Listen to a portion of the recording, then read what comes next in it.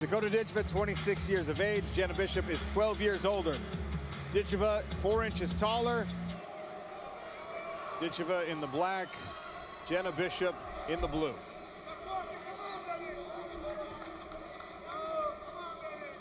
Straight away, Dakota takes control of the center. She's going to be able to push her opponent around here with the threat of the striking, but if Jenna Bishop starts to wade forward, Dakota needs to prioritize takedown defense. Feints so far from Ditcheva. Bishop in that southpaw stance. She keeps tipping that hip and threatening to throw that kick, keep Jenna off balance and keep her from wading in. Yeah, and these guys are open stance as well, so if Dakota decides to throw that rear leg, the body is wide open. Unfortunately, the benefit is for Jenna Bishop because she can hit the liver from her side, but still the body shot is open. Dakota likes the straight right hand to the body as well, and there's a push kick. We mentioned the body so much with Dakota Ditcheva because that is her favorite target, and in recent fights has led to her victories. Dakota dropping back there, looking for that counter left hand. She dropped back, gave up a little ground, and then loaded that left hand, and Jenna stopped. She saw it coming. Yeah. Thing is, if Jenna Bishop can rush into range and pull that attack, then she's got an opportunity to level change underneath. It's always going to be difficult for a closing range, though. She's got to be super careful. Nice knee. And here's the big takedown for Jenna Bishop. This is where she wanted the fight. Santos is laughing. Tyler Santos loved that flare takedown. Beautiful double. Jenna punched her way into that deep double leg, picked her up by the back of the thighs, and flared her to the mat. Beautiful execution. Dakota Ditcheva does have one submission victory to her credit in PFL Europe. That was against an opponent at a very different level on the ground than Jenna Bishop, who is a grappling ace. Long and successful career. 2017 IBJJF World No-Gi Championship. And this is really what people wanted to see from Dakota. The questions weren't around whether she's a dangerous striker. It's what happens when she gets put on her back. And this is where the answers are going to be found here. Jenna Bishop trying to pin that ankle down so she can look to pass. She's trying here, but the long limbs of Dakota are going to make it difficult for her. Now she's setting up a triangle, but I don't think she's going to get that on Jenna Bishop. Well, her leg was between the legs of Jenna Bishop in a butterfly position. She wasn't able to lock up the triangle. But good work to get back to her feet. Dakota framing out now, traded places with Jenna. She's got to stay inside, re-pummel, not give that body lock up to Jenna. Jenna will circle that underhook and try to trade places with her again and put her back on the fence. Randy, this answers one of the questions we had coming into the fight, though. What happens if Ditcheva tries to grab that tie plum and clinch where she's had so much success? Well, this is what happens. Jenna Bishop gets to be where she wants to be and pressures and grapples, and at least one time gets Ditcheva to the mat. Good hand control by Ditcheva. 90 seconds remain in round number one. Ian Parker, our betting expert. How'd you play this fight? We had Dakota in the parlay, and also we threw a little sprinkle on by TKO or KO. I will tell you, the confidence that she's going to have now getting up is going to be unbelievable. Beautiful knee from the plum. And Ditcheva beckons Jenna Bishop back to her feet and goes immediately on the attack. Bishop in trouble. And that does it! First round finish, and Dakota Ditcheva silences the doubters.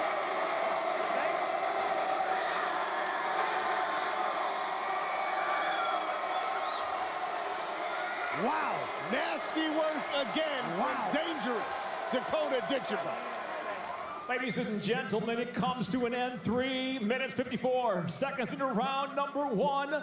By TKO, she earns her place in the $1 million Women's Flyweight World Championship. Dangerous Dakota Ditcheva! Undefeated, 13-0. It's the result a lot of people expected, I'm sure yourself included, but was there a moment where you landed on the floor there and you thought to yourself, now this is where I get to prove myself? Did they expect it? Because I've took a lot of crap talking off the internet, off whole fight week, all the girls in the tournament. I think I proved enough just there. We don't do no split decisions around here.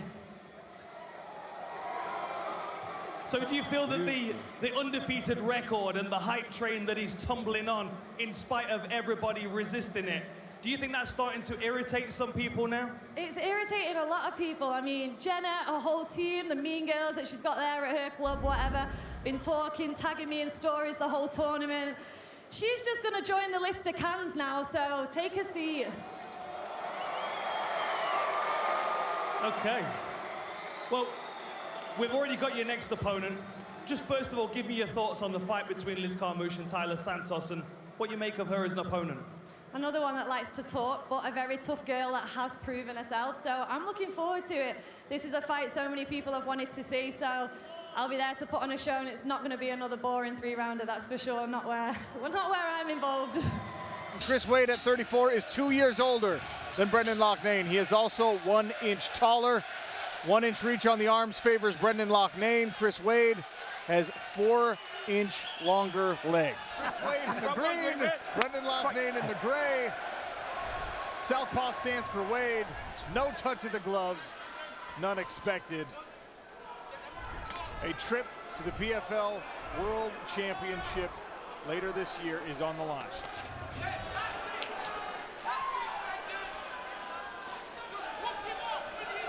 Loughnane switching leads back and forth, trying to figure out where he's going to be comfortable to find his range.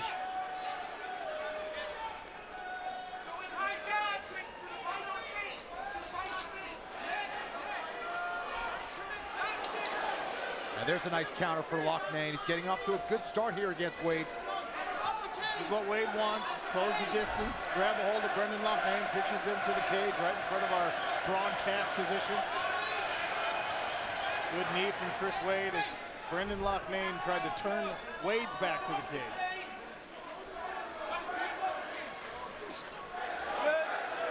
Firm little shoulder punch there from Brendan Loughnane. Yeah, very slick.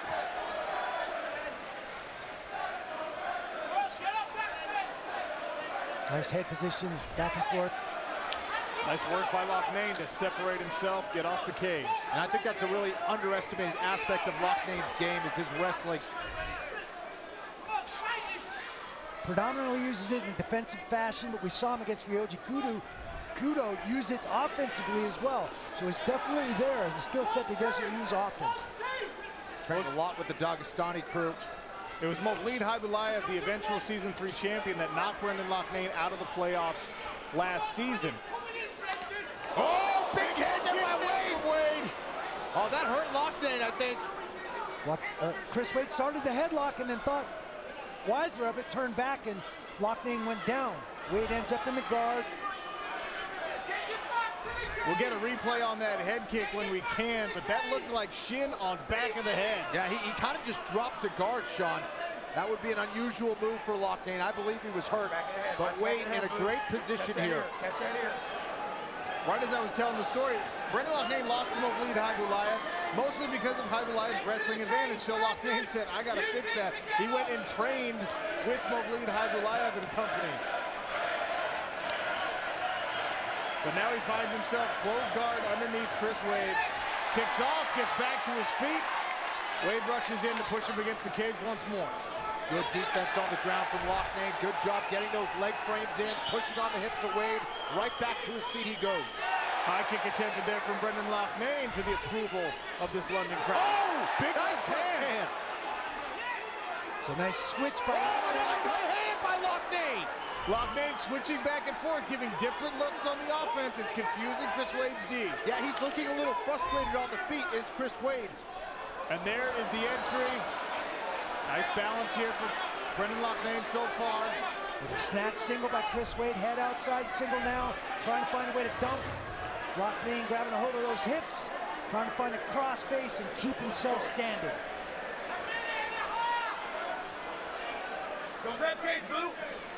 Nice adjustment there from Chris Wade to keep that control.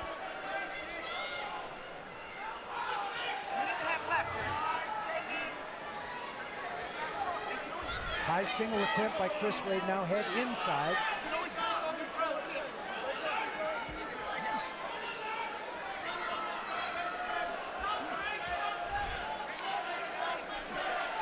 We're closing in on 60 fights total, pro fights between these two men. Neither have ever been finished.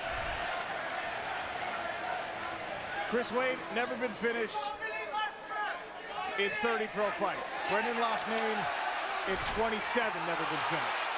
Oh, Loughnane is fired up. Seeing the confidence now in Loughnane. He's kind of taking everything Chris Wade has to offer. He's finding his range and rhythm.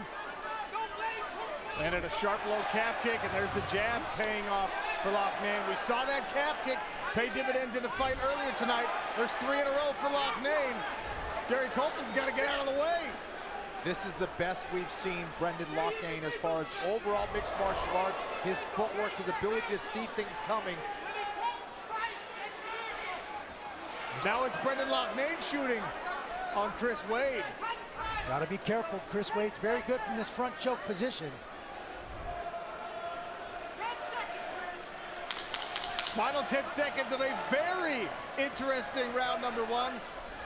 Wade back to his feet. A little footwheel attempt by Brendan Loughnane, and Gary Copeland will step in. Round 2 next. Round 2, you ready, Blue? We Round have 2, you ourselves ready? a very spicy fight, gentlemen. Chris Wade once again in the southpaw stance in the green trunks. Brendan Loughnane will switch stances in the gray. And a tough one to score. Another beautiful jab from Brendan Loughnane. There's a knee from Loughnane. You know, in Lougnane's first 2 fights here in the PFL this season, he seemed tight, he seemed hesitant. We're seeing a much looser, much more relaxed and effective Brendan Loughnane tonight. This is the Loughnane we saw in 2021. Absolutely.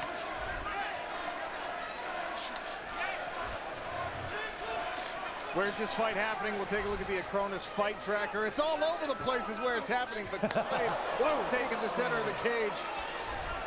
There's the 4th low calf kick for Brendan Loughnane, and a jab paying dividends again. Yeah, Chris Wade does not have an answer to that jab right now. Oh, nice giant hook by Loughnane. Blood from the nose of Chris Wade. I think it's the switching leads and the speed of Brendan Loughnane that's got Chris Wade off balance. I agree, Randy. It's confusing, Chris. Inside leg kick there from Brendan Loughnane. Even when Chris Wade is switching his lead, Loughnane immediately attacks. There's another jab. The jab is on point right now for Brendan. Yeah, every time Brendan is switching his stances, Chris stops, waits, hesitates, and switches himself.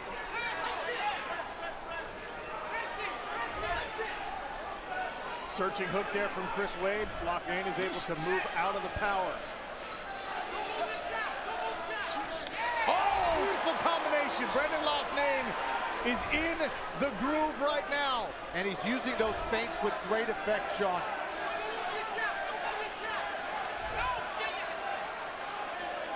Now that's one of Chris's best throws, that head and arm throw. Wasn't able to secure it there against Loughnane. Tough one to pull off when you're sweaty, and these guys have both been working. Big body shot there from Brendan Loughnane. Another jab, this time from the southpaw stance. Nice combination there from Chris Wade. Yeah, and in contrast, we're seeing Chris more tight than we've seen him all season. Another left hand. It's the double pump on that jab that's getting Chris every single time. Yeah. A feint and a good jab will go a long way, and Brendan Loughnane utilizing very, very well here against Chris Wade, who seems out of his element. Heavy leg kick there from Chris Wade. Brendan Loughnane switches stances, but goes right back to the southpaw. Looked like Loughnane was thought about utilizing a takedown himself. Oh! Kick there from Brendan Loughnane. Chris Wade tries to wrestle himself out of the trouble. Wow, what a round here for Brendan. That first round could have gone either way, but this round, Brendan certainly dictating the pace and speed of this one. That right leg of Brendan Loughnane felt those heavy leg kicks. Starting to stumble around when he tries to plant on it. Oh! Big left hook. And a right hook after on the switched stance. Brendan Loughnane putting on a master class of striking from both southpaw and orthodox.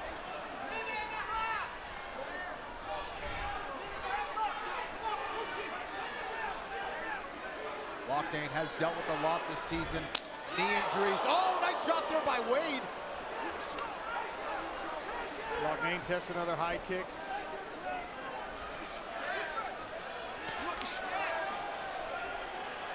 Wade goes right back to the leg kick. 1-2 from Brendan. Surprised that Wade has gone away from his wrestling a little bit. I'd like to see him at least try to level change, try to hit a takedown, but pretty late in the round at this point. He's having a hard time timing it. Normally he's so masterful because guys will come in, he'll get right underneath the strikes. Brendan Loughnane is switching stances. He doesn't know where to put his head. Oh, right hand. That takedown changes every time he switches stance. Oh, a left from Brendan Loughnane. This is the sharpest Brendan Loughnane that we've seen this season, and it's coming at a perfect time. The speed is very impressive. He whips that jab out there. Oh, nice hook kick there by Wade. Loughnane burst back with a right hand. Final 10 seconds. Furious pace here in round number 2, but we will see a third and final. Chris Wade has not been finished in a very long and successful career, because if you can hang around and keep landing some of those leg kicks, this fight could change quickly. Very quickly. We've seen him have knee trouble early in the season, and maybe that's why he's switching leads the way he is. Back to work with the jab, Brendan Loughnane. Chris Wade in the green trunks now grabbing a hold, dirty boxing with the uppercuts. Good jab again.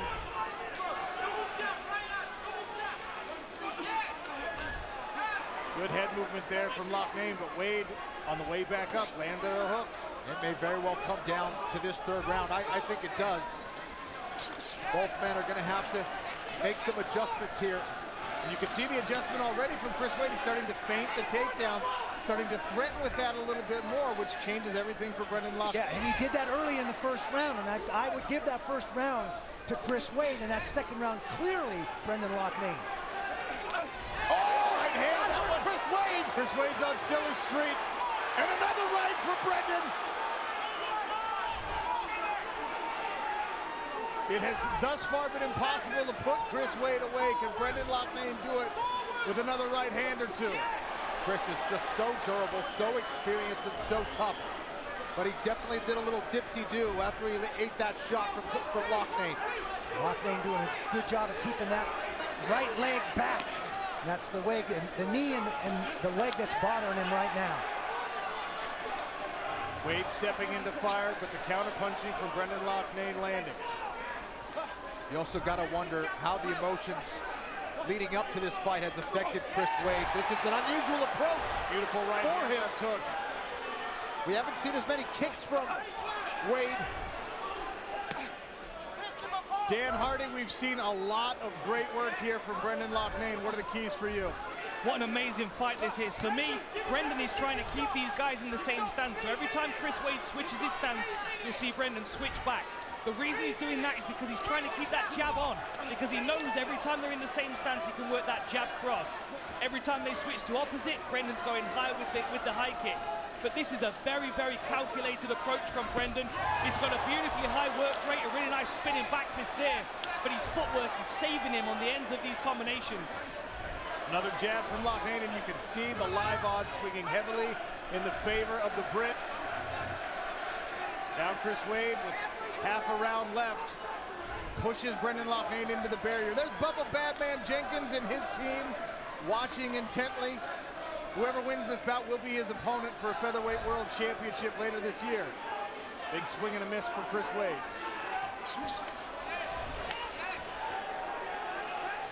Pace slowing just a little bit here. It's been a very high output fight. Oh!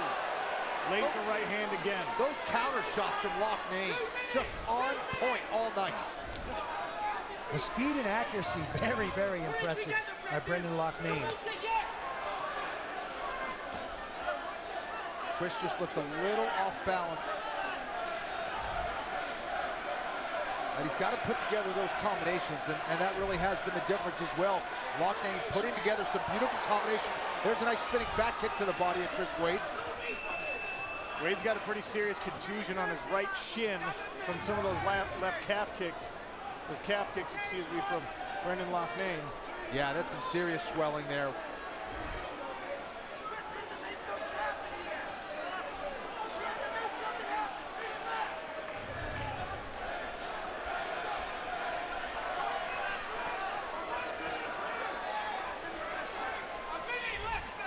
One minute left in this semi-final fight. Shins clash on the kick. Loughnane is bleeding now. Another right hand lands. Chris Wade tries to blitz forward. Loughnane stays out of range. Just beautiful footwork here from Loughnane. Nice 1-2 combination. And then meets the level of Wade to stop that takedown.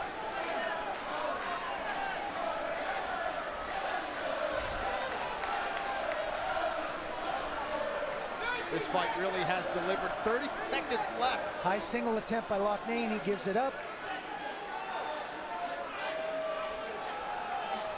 Final seconds here, 20 of them left. Can Chris Wade pull out what I think would have to be a miracle? I am no official commission judge, but Brendan Loughnane may be 10 seconds away from a trip to a PFL World Championship. Loughnane will pour it on the pressure, and that's the final bell. Brendan Loughnane raises his arms, pounds his chest. Did the Mancunian punch his ticket? Ladies and gentlemen, after 3 rounds of action, we go to the judges' scorecards. All 3 judges have scored this contest 30-27 for your winner by unanimous decision and progressing to the 2022 PFL World Championship, Brendan Loughnane! No surprise there. The London crowd is very pleased with that result. Brendan Loughnane will take on that man, Bubba Jenkins. Brendan Loughnane, victorious, headed to a PFL championship. And I walked into this smart cage and you said, that's Brendan. That's Brendan right there. Tell me what you mean. That guy who turned up to them 2 regular season shit fights is not Brendan Loughnane. You just seen Brendan Loughnane tonight. Yes, you did. And guess what? I'm gonna be a millionaire, lad. A millionaire. All right, let's talk about how this fight unfolded. You started banking the calf kicks early, and then you were switching stances. It threw off his timing, it threw off his takedown attempts, and you were precise with the strikes. Did you scout that out? Was that the game plan the whole way through camp? Listen, forget the game plan. I'm calling out the bookmakers who had me a 3-1 underdog. Everybody's rich. Everybody's rich in here. How did you not see that coming? Come on. But back to the fight. Chris Wade's a hell of a competitor. I was very scared coming into this fight, and I'm not gonna sugarcoat it. I knew how good, how durable he is. He's never been finished in over 35 fights. I knew it was gonna be a tough night at the office, but my hard work shown. I trained my ass off. I had the best camp of my life, and that shows. You got hit with a head kick in the first round. Shin on the neck, all of it. How much trouble were you in? I didn't even know I did. I thought you just said I hit him. No, I did, bro. Maybe I'll watch it back. Tail of the tape for a co-main event rubber match between Jesus Pinedo and Gabriel Braga. Pinedo 28 years old, Braga is 27. Pinedo stands 6 feet tall, Braga is 3 inches shorter. Pinedo's in the white, Braga's in the black.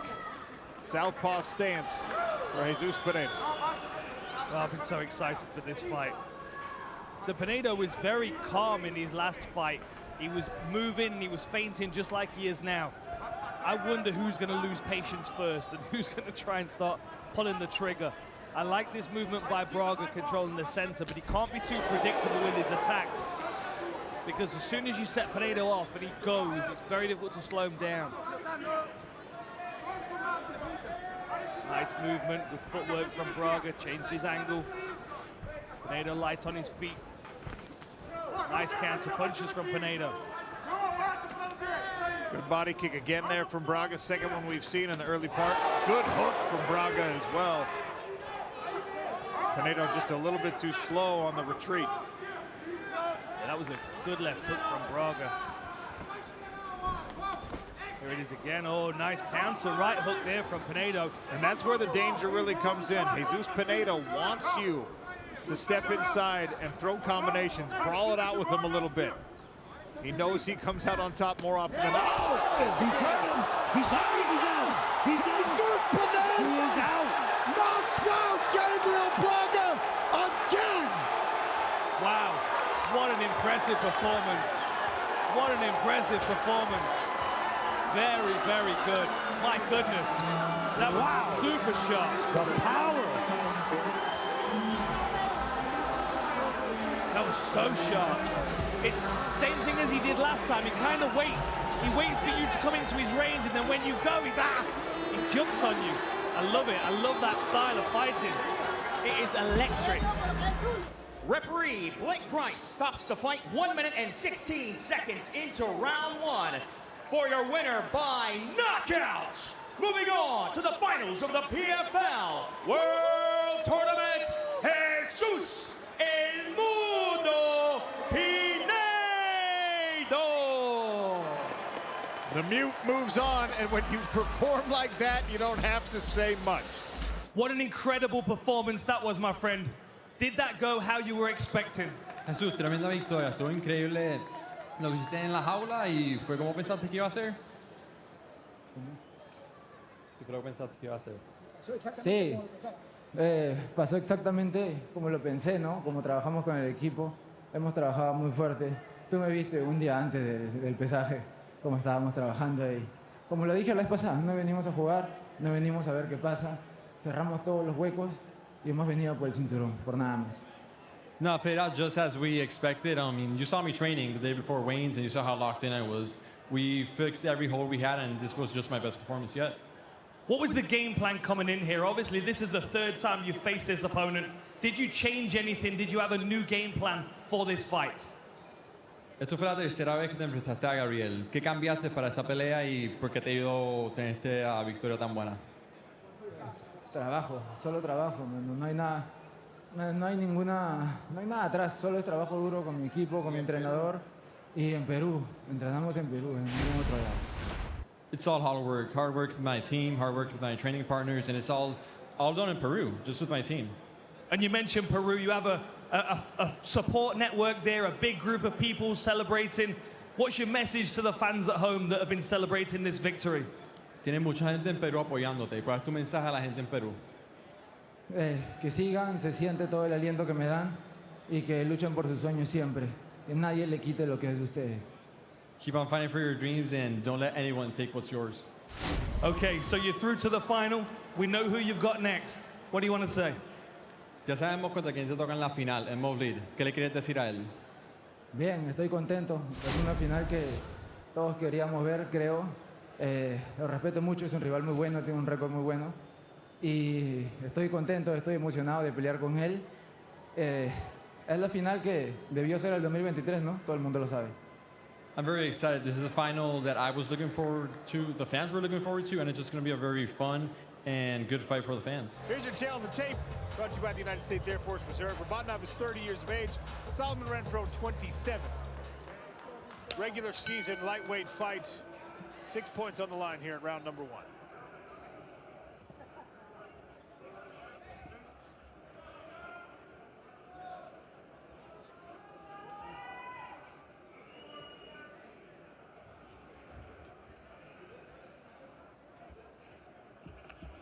Nice double jab. Hello, mate. Hello. Right before then, he kind of twisted that back leg to let him know if you come in for that shot, it's a knee waiting on you. Did you?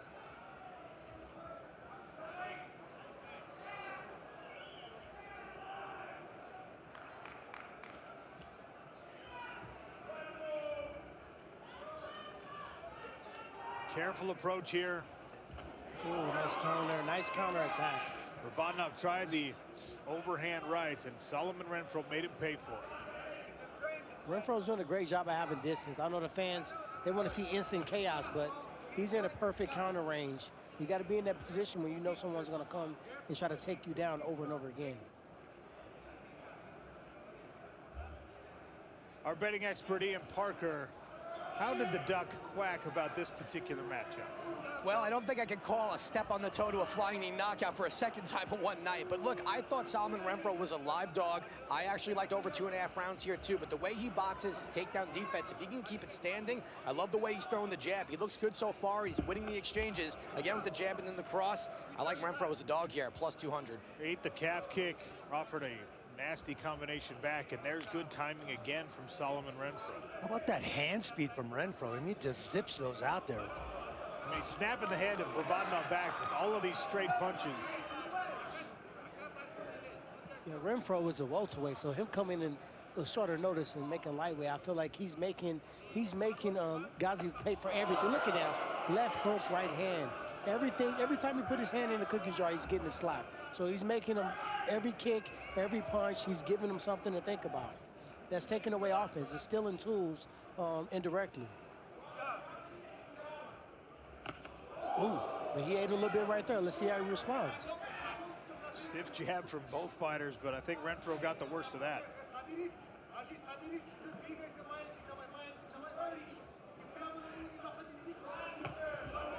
Good hook there from Gaji Rubadnov. Renfro tried to catch him on the off balance.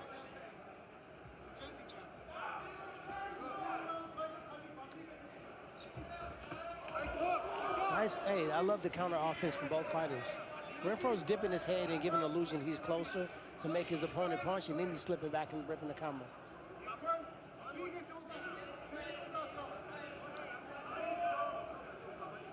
Little cut on the cheek, the right cheek of Gaji Rubadnov, courtesy of a Solomon Renfro hook. Under 2 minutes in round one. Here's a shot from Rubadnov. I was about to say I would be surprised if he wouldn't pick up the grappling in these last 2 minutes.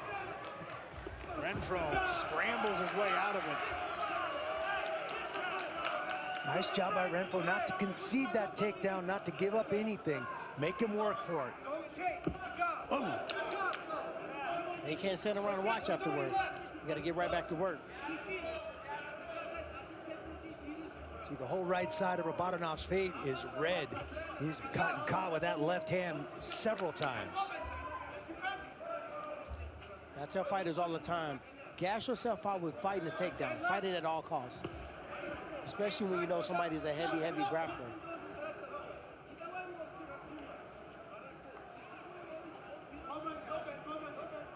Renfro would benefit from throwing some jabs to the body. That stops the wrestler and grappler from trying to take you down. It also takes your head offline from that right hand that he just got hit with. Nasty low kick to the calf from Gaji Rubadnov. That hurts Ghazi's leg. He's kind of limping a little bit. I think he may hit the shin. We'll see how he responds. Renfro looking to counter strike here. He had success when he was opening the combinations with the jab. We'll see if he gets back to that in these final 30 seconds. I think he heard us talking about the body jab.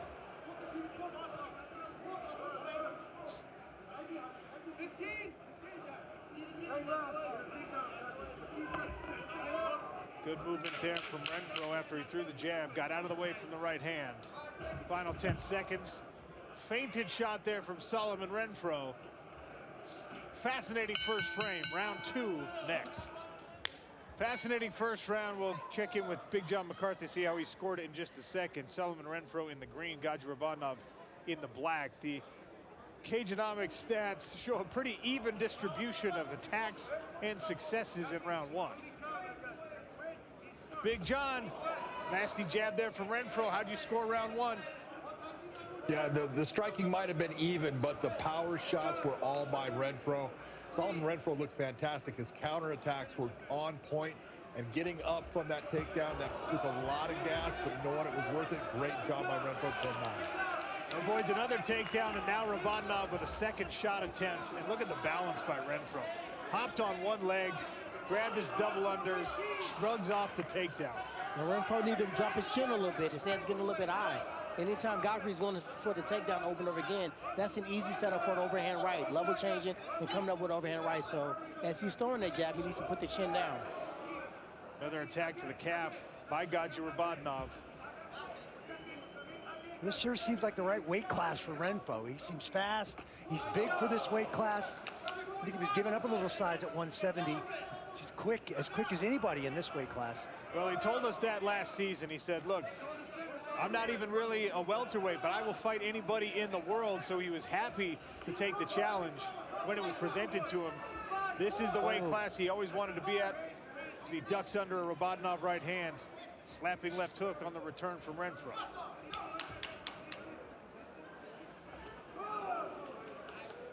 Gaji increasing the pace here in round number 2. There's Cassius Clay Collard. You'll see him in a lightweight feature later tonight. Takes on Patricky Pitbull, the Bellator Knockout King. Good body shot from Gaji Robotinov, driving that left hand into the midsection of Solomon Renfro.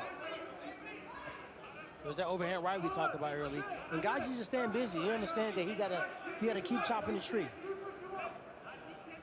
Renfro heaving a couple of deep breaths here. 240. Don't let him lead the dance. Don't let him lead the dance.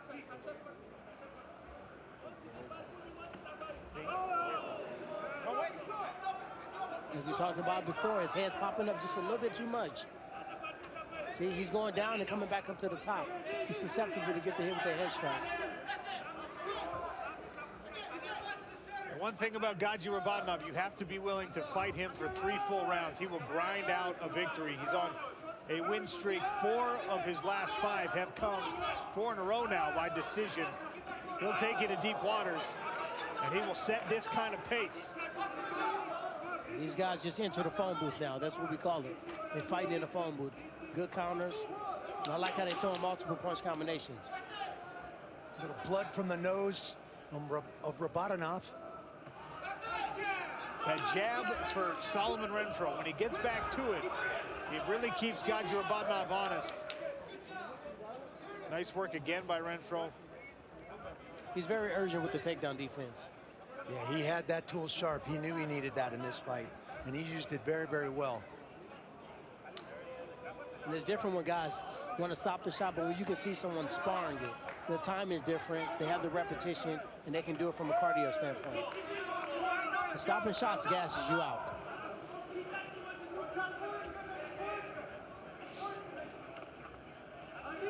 Good output here from Gaji Robotinov.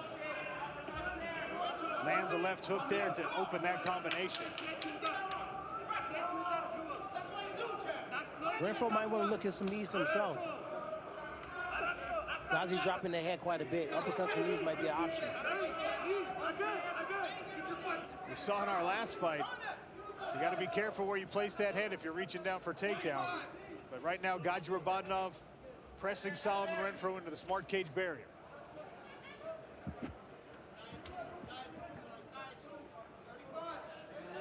Yeah, this is not a place to rest. You got to get out the cage, get out in the open. Strong finish to the combination again from Gaji Robotinov. Beautiful counter left from Solomon Renfro, who gives him the little eyebrow raise. I got you, didn't I? Did you like it? Good body kick from Robotinov. Gaji now hanging on the head of Solomon Renfro. Throws a knee to the body. As we reach the final 10 seconds of round number 2. Back and forth in this lightweight affair. Round 3 next. I've got it 1 apiece, but my opinion doesn't matter much. I'm with you, Sean. I had it 1 apiece. I think Renfro let Robotinov lead the dance a little bit more in the 2nd round. Big John McCarthy, how did you assess round 2? Don, you have it absolutely right. Renfro got tired in that 2nd round. He was not near as active, did not land the shots. Robotinov was able to take over in that round. He wins the round 10-9. This is even going into this. And Solomon better get his 2nd win going. He's landed a couple of stiff jabs to open round number 3. Works behind that jab again. Misses on the right hand. And Gaji Robotinov is trying to stay bouncy. Body kick. That'll take some gas. I think Gaji's pace is kind of a medium pace. He stays with that same pace the whole time. Sometimes when you see Solomon explode, recover, it can elude you that his cardio is going down, but watch how he's using that takedown defense to explode up. Nice pass by Rabadnov. He's finally got a dominant position. Into side control, he went all the way over to the opposite side. And now he'll try to work the back.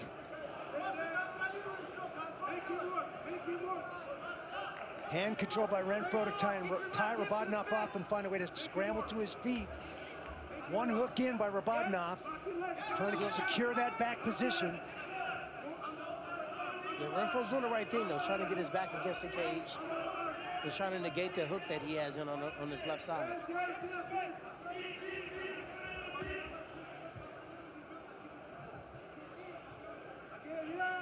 I'm seeing wild numbers, these big swings in this fight on the live odds. Ian Parker, the Duck.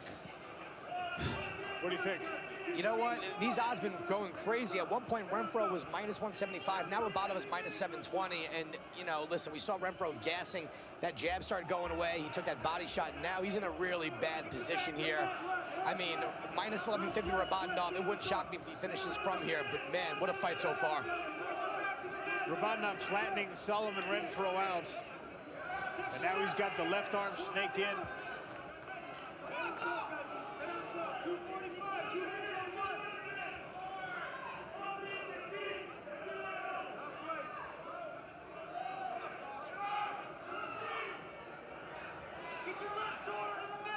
Body triangle here for Gaji Rabadnov.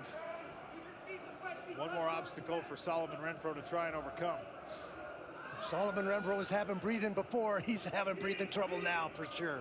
Definitely, that body triangle across your stomach makes it very difficult to breathe.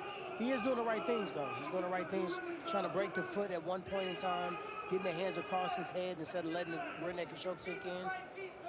It's a battle position right now.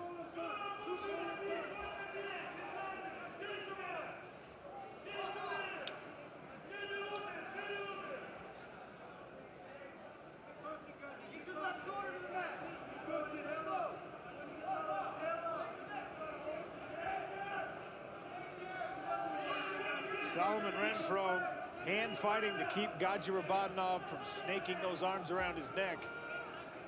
But right now, he's got the Dagestani glued to his back with that body triangle. Keep your toes out, Solomon. Keep your toes out. When your back's taken, you can't be winning from that position. The time's not on his side. He needs to find a way to break that grip with that triangle on his leg. I mean, that body triangle, and try to find a way to escape, buck and roll.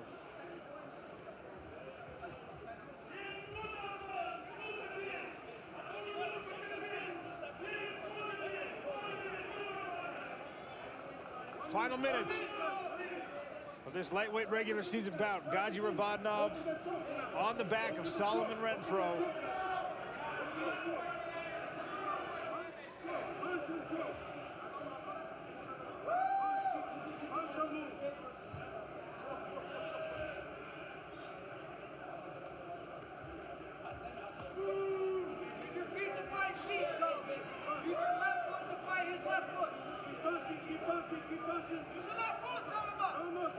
Randy, what advice would you give Renfro in this position? He had a full body triangle, and he can't give his neck up to get choked out. No, if he's got the foot on the right side, he's got to find a way to turn inside that lock. It's tough to get that lock off once it's on there. When you get enough space to turn his hips inside of it, he's headed in the right direction, but it's on tight. And it's running just out of time as well. Final few seconds of this bout, and a squeeze from Gaji Rabadnov. Final bell will go to the judges' scorecards.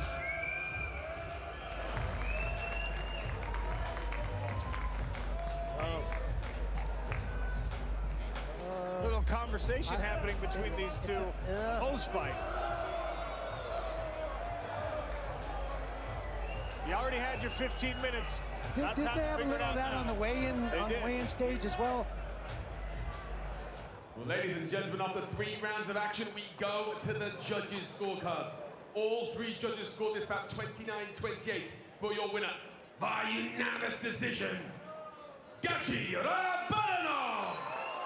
Gaji Rabadnov, victorious Both men are 33 years of age. Chris Wade is 2 inches taller. Each of them weighed in at the 146-pound max limit at featherweight. Chris Wade in the green. Round one, you ready, Red? Bubba Jenkins in the black and gray. Right to the center we go. Bubba goes right up over the top of Chris Wade.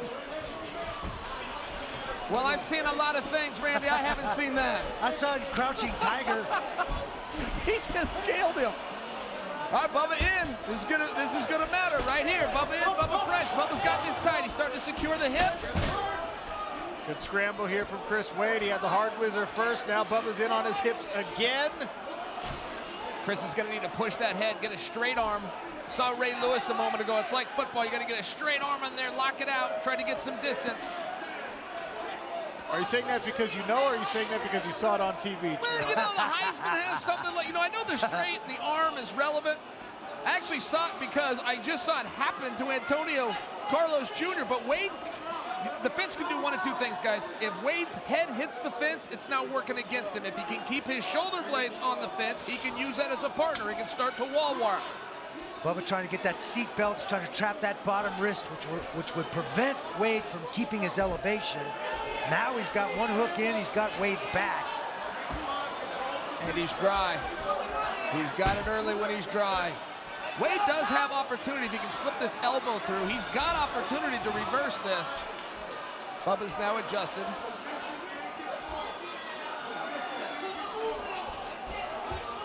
Wade back to his feet. Bubba still hanging on his back. Bubba Jenkins the favorite here. Take a look at the live odds at the bottom of your screen. Remember, newcomer Bubba Jenkins here to the PFL. Chris Wade has been to these playoffs before, twice as a lightweight. Bubba once again brings Chris Wade down to his butt. Chris trying to threaten the neck of Bubba Jenkins. He looks like he's got a pretty deep. Something in. Yeah, he's got Bubba it. has to spin out of it.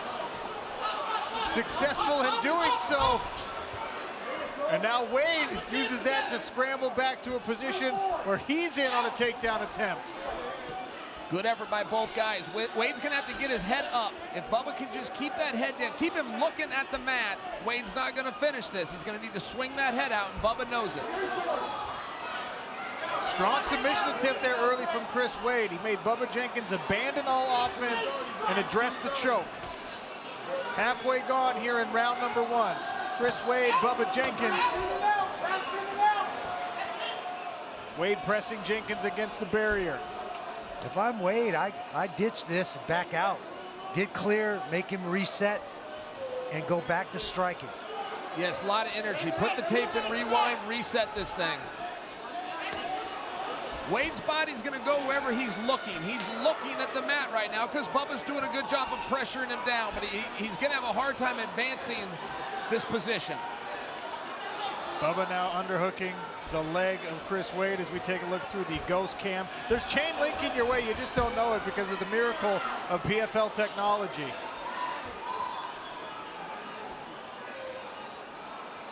Chris Wade underneath Bubba Jenkins here.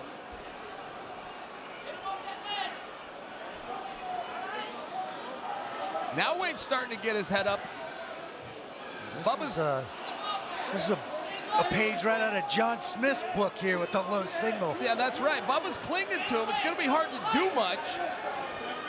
But Wade is making progress. That I can tell you, he can come all the way out of this. Perhaps, Randy, pick up the right back door. against the fence. He could start, yeah, I was waiting for that right there to start doing some damage from this top position. Now Wade has 1 minute to work in north-south. Can he make something happen against Bubba Badman Jenkins? Here's the first time we've seen Bubba on the bottom. Wade once again hunting for the neck of Bubba. Bubba will look to shrug him up and over the top. More wrestling just like we expected. These guys going back and forth in the grappling exchanges. Wade needs to keep that left arm where it is. Talking about his arm, keep that what we call a side whizzer. Keep that whizzer in tight. Use those hips.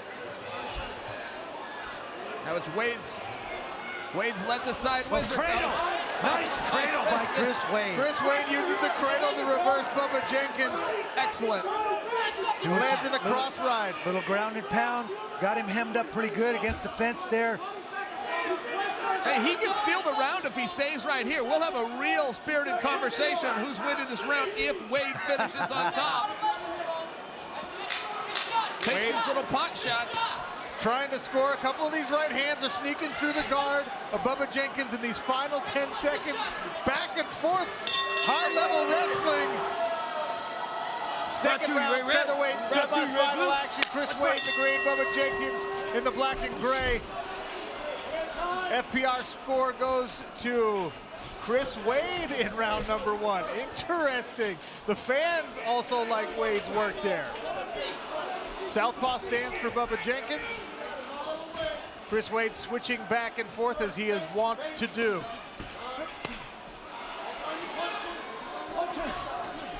Spinning a little wheel kick there from Chris Wade to finish.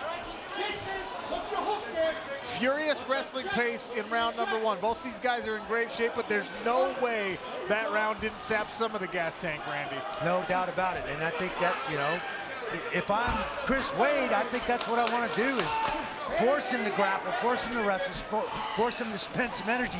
The question is there a bottom to that energy with Bubba Jenkins? A couple of jabs have landed here for Bubba Jenkins. Chris Wade has scored with the kicks. More action in the striking game now. Bubba comes in behind a hook cross and attempts a takedown. Bubba's got to watch his neck because Chris Wade has pretty slick submissions from here. His guillotine is not bad. We already saw Bubba have to bail out of a position because his neck was threatened. And I can tell you that's why the FPR score went in the favor of Chris Wade. A submission attempt like that scores very high in fighter performance rating. Here's a Kimura. Kimura grip here from Chris Wade. At least enough to change the position. Yeah, more used to create a scramble and get out of the situation he was in. Now he's trying to anaconda choke. He's almost got it locked on. Bubba doing a great job of getting that arm back and taking that tension out of Chris's anaconda choke. Chris gonna try and use his knee to get it in. He might have it. It looks like he lost his grip on the other arm now. Chris Wade's girlfriend, Stevie Marie, watching the action with great interest here. Hoping to see Chris Wade make his first trip to a PFL World Final. Chris is nullifying one of the great He's got that anaconda locked. Yes, he does. He does now, Randy. He sits into this. This could be big trouble, and Bubba's already reacted. He's trying to get out. Chris has got it in deep. And he's got plenty of time halfway through round number 2 here. Bubba Jenkins on the defensive right now. Bubba's sitting to the hip. That's what you do when you're trying to relieve pressure. Yeah, Chris has to do the same. Chris has to follow him over there and dig that in. Cinches that up on the carotid. You see the right hand of Chris Wade snaking through and grasping his own bicep as he works his left hand higher and higher onto the back of Bubba Jenkins. He'll try and kick his legs over and sit through this. He's ditched it. He let it go. You have to be careful about how long you hang on to that. You're using a lot of arm energy. Good timing on the explosion from Bubba Jenkins to get himself. Here, he's got another deep choke. Oh, it's tight. That's tight. That is real tight. Very tight on the neck of Bubba Jenkins. Bubba's spinning out again. Has to spin out. This is brilliant. Chris Wade doing a great job of attacking the neck and making Bubba question, putting himself in that position for the takedown. Brutal crossface here for Chris Wade. Chris Wade's use of the fence to his advantage is frustrating Bubba. It's not something a wrestler deals with.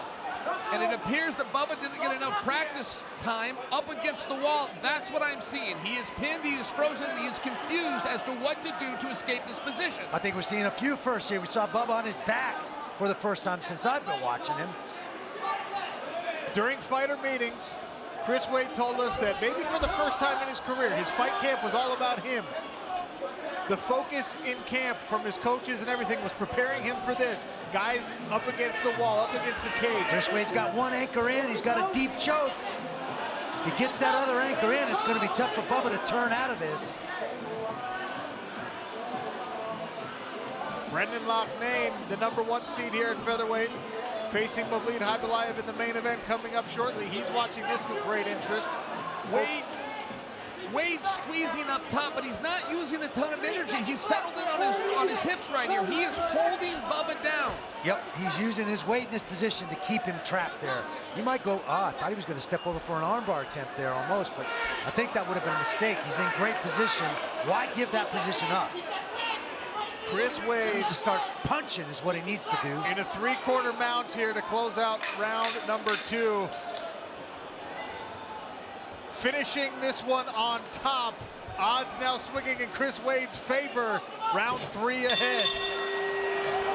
In the green, Bubba Jenkins in the black and gray. FPR goes to Wade again. Fan verdict gives round 2 to Wade as well. So if those scores are accurate, and they're not official judges' scorecards, it'd be 2 rounds to 0 for Chris Wade, who scores with a leg kick. And now, a heel kick to the side of Bubba Jenkins' face. Bubba coming in, swinging heavy. Nice right hand by Bubba Jenkins. Right to the back of Chris Wade here for Bubba. Well, guys, deja vu. We've been here the last 2 rounds, the same exact spot. Bubba trying to come on top. Chris is going to come out the back door. He is Chris is going to come out the back door here. Bubba's got a good grip on that far side arm, though. Bubba's got to adjust and keep his hips on top of Chris's, and frankly, he's already lost that position. Chris needs too to grab high. that Chris is going to come out the back. Bubba's going to try and switch to an armbar attempt here if he can get the right leg over Chris Wade's face. Wade already addressing it. Wade's all but out, guys. Wade is choosing to stay here, waiting for the perfect moment, but he's already safe. No, he's out now. Out and nice on job. top Uses the cradle. Side control. It looked to me like Bubba conceded right there. Well, I told you that first round, the furious pace was going to sap the gas tank, and then the second round was just as nasty for Bubba Jenkins, if not more so. And now Chris Wade on top, big-time shoulder pressure. As I was mentioning in the break, we watched every time they flashed to the dressing room, Bubba was working out. He was warming up hard. For over an hour, we saw him at least 3 times. I'm wondering if he spent a little too much energy in that workout, in that warm-up, getting ready. Yeah, I mean, it's different for every fighter, right? Sometimes guys will just do something light, and they'll really kick it into gear 10 minutes before they make the walk. Sometimes people want to warm up for 2 or 3 hours before they actually step into the cage. Chris considering a north-south choke right here, but guys, look at this. Look at how Wade is using that fence. Randy, is this a lack of preparation by Bubba? What do you suspect? Has he not been in a practice room here? He looks lost. Well, I don't think he expected Chris Wade to put him in these positions. So I guarantee he didn't do any worst-case scenario training and put himself on his back or put himself on the bottom against the cage. He expected to be in those positions with his opponent there. Now Bubba trying to grab the neck of Chris Wade. I'm surprised Chris stayed down there. Chris had a choice to turn and face him, kind of open this up. Chris fighting the hands, trying to protect his neck. He's safe there. Bubba going to spin behind. Keep the wrist. Not sure where that blood's coming from on Bubba. Above the left eye, if I'm not mistaken. If Chris can keep the wrist, he's going to stop Bubba. He's going to end up reversing him again. Yep, he is. They're awfully sweaty. Bubba trying to get his other hook in. Chris Wade could be in trouble here. Now incumbent upon Wade to make sure that he keeps this posture. He's grabbed the head of Bubba Jenkins. Bubba's high. Bubba's high. He's going to come out the back. Little shake right here, and he would be out. Here he comes. Out the back. Chris Wade, cradle. Once again, wrestling his way to top position against a former NCAA Division I national champion. He's going to try and submit him. He's got the choke. He's trying to sink it tight. He's got no hooks, no anchor. Could end up a full mount here. Season 1, Chris Wade at 155 pounds, lost in a semifinal, razor-thin decision loss to the eventual champion, Natan Schultz. In Season 2, it was much the same story at 155 pounds. Chris Wade was told, look, if you want to be part of Season 3, you're going to have to do it somewhere else. He said, fine, I'll be a featherweight. I'm cutting down to 145 pounds, and I'm going to keep my strength and power. And he is convincing everybody that that was the right decision as he out-wrestles Bubba Jenkins now, 40 seconds away from a trip to the PFL World Championship on October 27th, right here in this same building. Chris wants this finish. He wants it really bad. Hunting a choke here. Still squeezing, wrenching on the neck of Bubba Jenkins. This is a master class in control. The things that Bubba, here's the good news for Bubba. He learned something here tonight. What he learned is that cage will work against you or for you. You gotta practice. Chris Wade celebrating the victory even as the clock ticks down. A final word for Bubba Jenkins. And Chris Wade, barring anything insane from the judges, is headed to his first PFL championship bout. Ladies and gentlemen, after 3 rounds of action, we go to the judges' scorecards. And the totals are 30-27, 30-27, and 29-28. All for your winner by unanimous decision and clinching a spot in the 2021 PFL World Championship, Chris Wade! I'm inside the PFL Smart Cage with our winner, Chris Wade. Chris Wade, you just out-wrestled a former Division I national champion. How does that feel? Man, I'm Joe Patrovich trained. I'm from Islip. I know you guys are talking, saying that I'm only a state champion, but I'm a 2-time All-American too. I could wrestle with anybody in the world. I tell you what, wrestling against the cage, the reversals, you used a cradle at one point. You pulled the whole bag of tricks out, and it really showed what being a complete mixed martial artist is all about. Yeah, I'm able to scramble really well in MMA. I use my wrestling really, really well. I knew that if he went for traditional wrestling, I was going to be able to out-scramble him. In practice, I do that all the time. I wrestle very high-level guys, so I'm not surprised by it. Oh, we do have some replays for you. Let's take a look at the big screen here. You get these chokes in tight, and more than once in this fight. Oh, there's that wheel kick you wanted. Yeah, that's that hook kick. I landed flush and cut him, and I thought maybe he'd go down then. Stunting a little bit at the end there. Yeah, well, when a guy talks like that, it feels good, and you gotta answer back. Randy and I were talking about it. Twice, you got right to the edge at 155 pounds. You came down to featherweight, and it really feels like you're a different animal in this weight class. Do you feel that way? I do. I could feel like when I was scrambling with him, Bubba is an extremely high-level fighter, and he's very, very strong, and I'm able to out-position and out-muscle these guys. So the drop down to 45 has been massive for me. Third time is the charm. Chris Wade headed to the PFL World Championship. How does that sound? It sounds amazing. We got one more, though. Let's go, Islip. Let's go. Brought to you by Arkham. Jason Jackson, 34. Thad Gene, 8 years his junior. Gene is 1 inch taller, but it is Jason Jackson with the 3-inch reach advantage. Thad Gene, blue corner, dark trunks. First round, you ready? Jason Jackson, red corner, green trunks. Winner advances to the final in August. Jason Jackson on the front foot straight away. Trying to control the center of the smart cage. I expect him to try and wrestle up against the fence here, but he's got to be cautious how he opens up against that. Those fast, powerful hands of the silverback. You don't want to catch one of those early. Thad Gene's already switched stances once, now standing southpaw against the orthodox Jackson. These different stance switches, different looks are really useful. Nice check on the calf kick as well. Turned his shin into that one. Stance switches are very useful when you've got someone that might be setting you up for a takedown. Constantly got to reset them, give them different looks. Good. Watch your kicks. Oh, both changes straight. They both threw it right over the shoulder of the opponent. Thad Gene tried to... Oh! With a jab! Jab! Knocked down Jason Jackson. Attacking the arms here, Jason Jackson. He's looking like he's trying to isolate something. But that is out of that guard. He's going to pull his way out. Force Jason Jackson to stand up. Dropped him with a jab. And then immediately gets back to the punching. Into the southpaw stance. Jason Jackson staying defensive, shelling up. And there's a good level change and drives through for the takedown.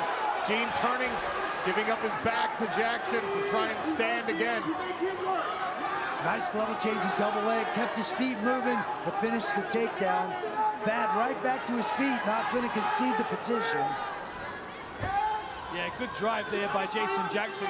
Really got him out of a tough spot, out of a pressure situation. And now he's got that double bind. He's got around one leg and at the back of the other, and he's trying to weigh and collapse his opponent down using his own body weight.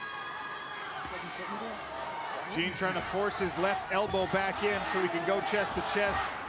Almost got it there. Pulls himself out of the clutches of Jason Jackson. And a smile from the silverback. I think he feels like that was a big psychological win. He's coming over the top with that right hand in a minute. Jason Jackson's got to be cautious if he throws a jab, because that right hand's going to come over the top like a mortar. Jackson in the measurables had the reach advantage, with Thad Gene fighting longer right now.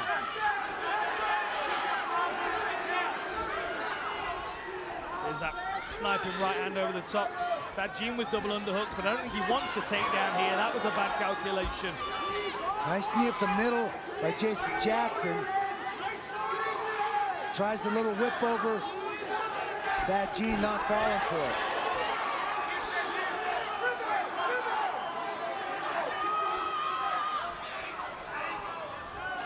Look at the back foot of Thad Gene. How his heel's always off the floor.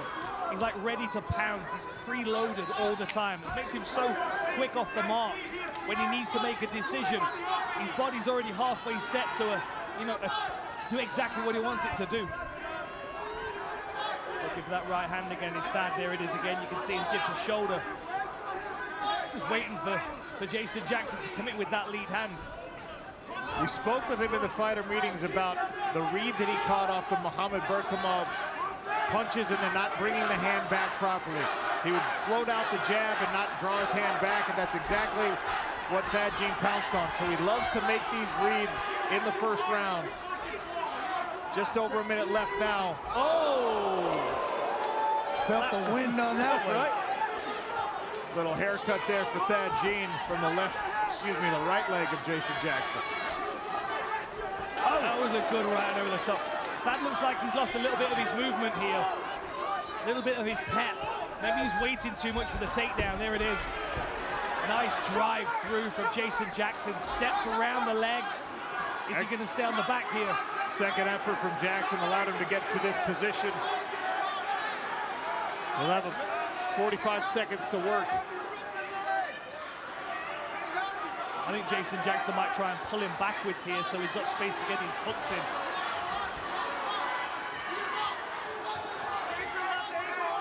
Thad's got to explode. You can see right now Thad's flat on his insteps. He needs to get up on his toes. He needs athletic base so he can move. Great binding, great leg riding by Jason Jackson. Nice ankle ride by Jackson. He's got that cross leg in now. He's gonna ride that cross wrist, use that cross leg in the back of his knee, and try and pull Thad Gene back down. Final seconds of round one. Set for the second frame in our main event. Jason Jackson, Thad Gene.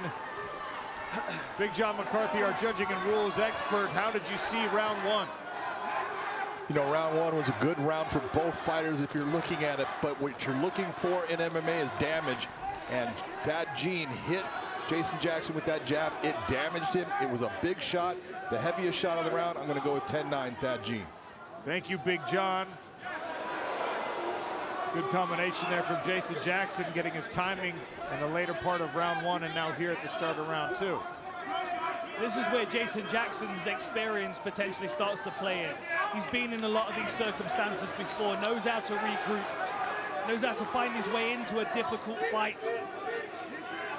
Been very, very impressed with Thad Gene so far, though. Takedown defense especially, scrambles, very quick.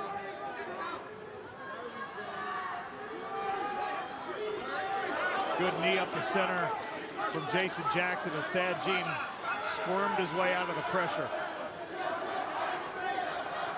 Good low kick defense as well from Thad Gene. Very rare does Jason Jackson get a free kick away.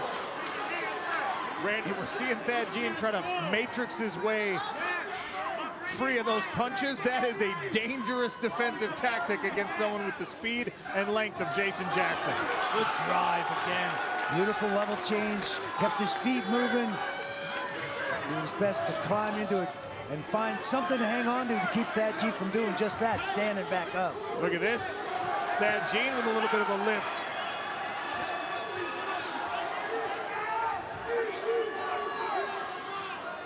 He did start with jiu-jitsu, he did start with grappling. Thad Jean knows he's confident in his submissions.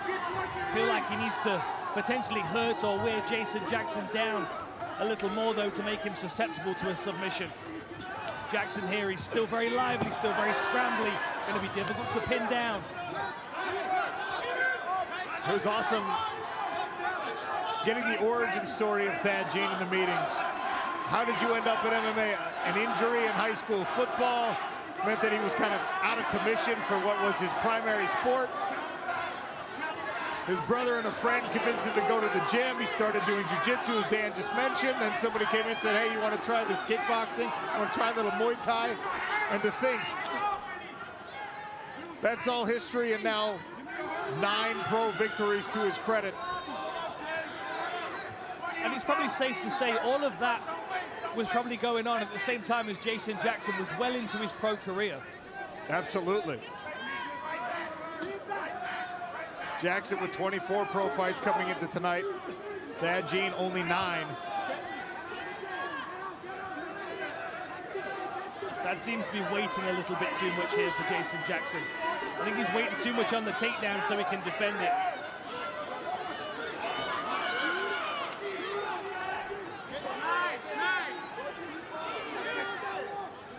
He's going to break an elbow.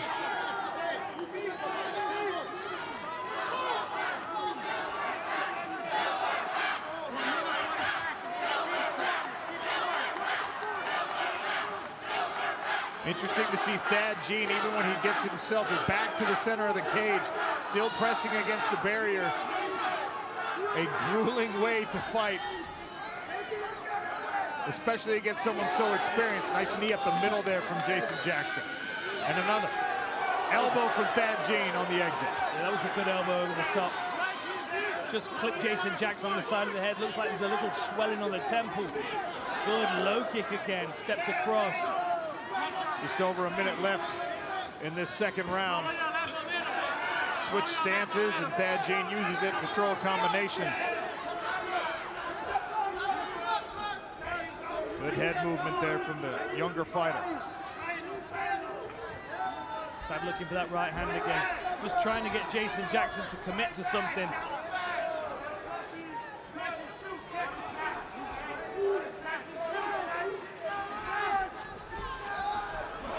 Beautiful movement.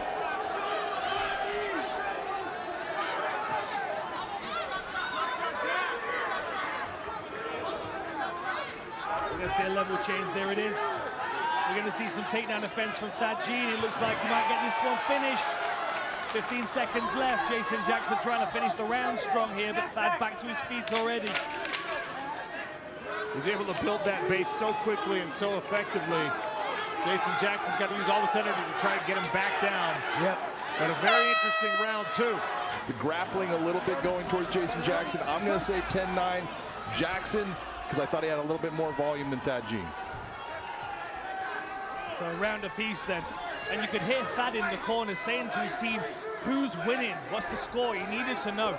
And I think both these guys are well aware that they've got 5 minutes to make their championship dream come true. Or at least to keep it alive. Good head kick attempt there from Jackson. It is a gamble to defend strikes the way that Thad Jean does, just leaning back.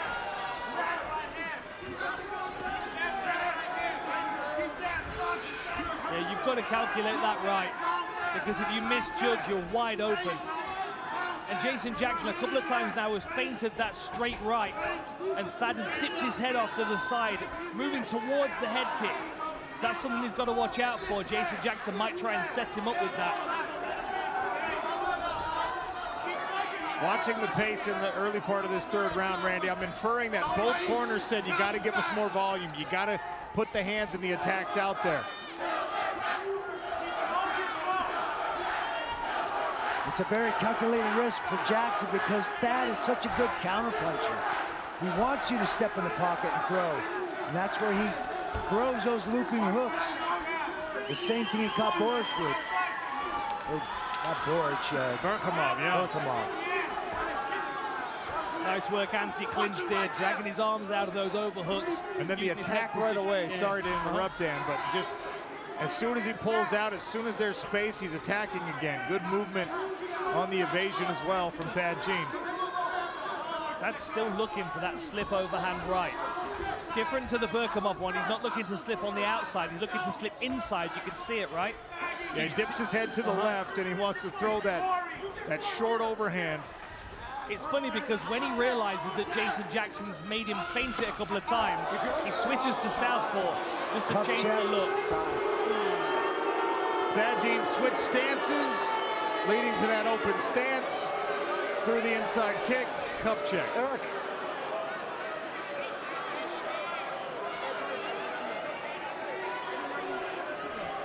Hold on, give yourself a second. I know, I promise I didn't mean to. Just watch the kicks. I know it was an accident. He was coming in, it was a total accident. Yeah, you're good. Give yourself some time.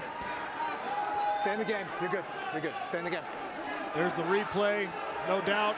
I mean, you could hear the impact. Okay. All right. Just watch him, Jason yeah? Jackson wants the restart now. Just under 3 minutes left in our main event here in Nashville. Thad Jean, Jason Jackson jousting it out in the smart cage. Very interesting fight so far. Perhaps all to play for in these final 2.5 minutes. Sean O'Connell, Dan Hardy, Randy Couture. Here on the cage side commentary. Our betting expert Ian Parker, I believe, picked the upset in this one. Good leg kick again from Thad Jean. Jason Jackson looks for a takedown there, but Thad saw it coming. He reached from a good distance there, and Thad was able to lower his level, but Jackson's still been able to put his opponent up against the fence. Now, Thad Jean reverses it. Is he going to break and strike, or is he going to try for his own takedown? Nice work. And same again, Sean, break and strike. Tell you what, sometimes fighter nicknames don't make a lot of sense. When you see how broad Thad Jean is in this welterweight class, Silverback is an apt nickname. Absolutely.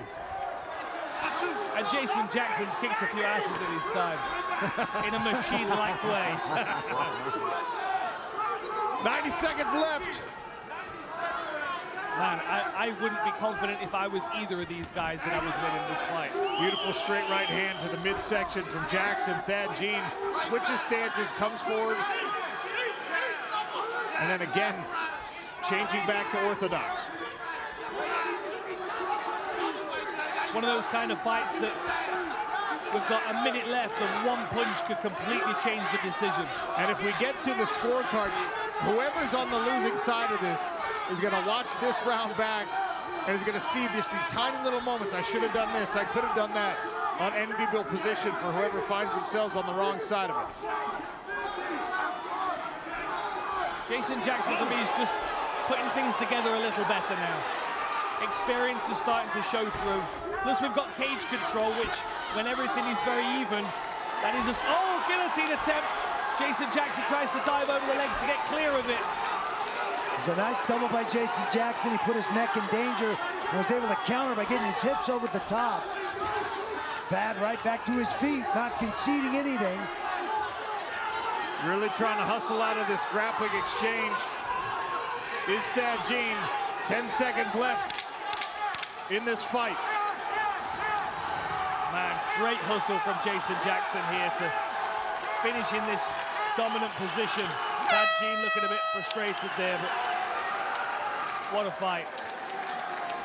Ladies and gentlemen, after 3 incredible rounds by these two warriors in your main event, we go to the judges' scorecards. Judge Anthony Maness scores the fight 29-28 in favor of Jackson. Brian Miner scores the fight 29-28 in favor of Jean. And Judge David Hudson scores the fight 30-27 for your winner by split decision. Moving on to the PFL World Tournament Finals. Silverback Jean! Thad Jean with the split decision victory, the biggest one of his pro mixed martial arts career. Thad Jean moved through to the finals of the PFL 2025 tournament with a very close, hard-fought decision win over the veteran, the legend, Jason Jackson. How's the emotion feeling right now? I'm so grateful. Honestly, that was such a close match. I don't know what to say, man. Jason Jackson, he is an ass-kicking machine.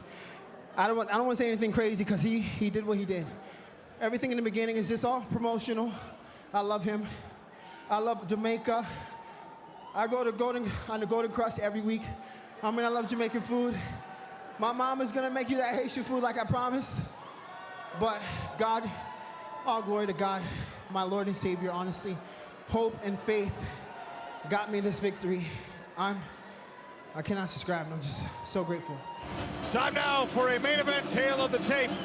Brought to you by that prize guy, Usman Nurmagomedov, 26 years of age, Paul Hughes, 28. Usman is 2 inches taller and has a 2-inch reach advantage as a result. Mike Beltran to oversee it. Ready to fight, ready to fight. Let's go. Southpaw stands for Usman. That's it.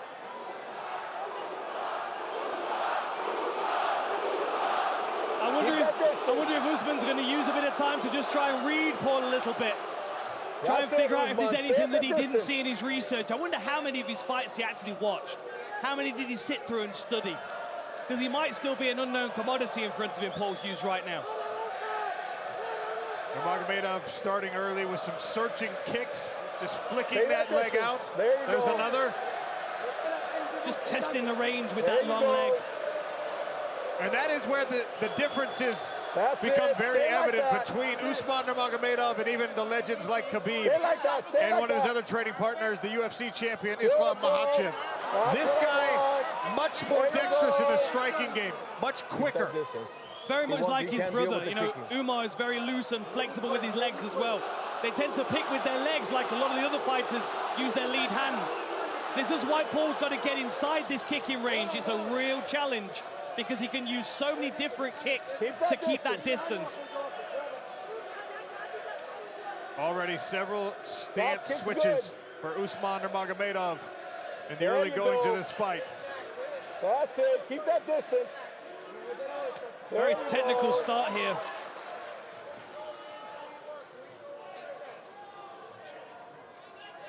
There you go.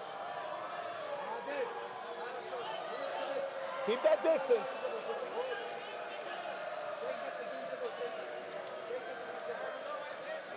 Khabib in the corner of his cousin. Keep tearing that calf. There you go. Take. There you go. Jab misses.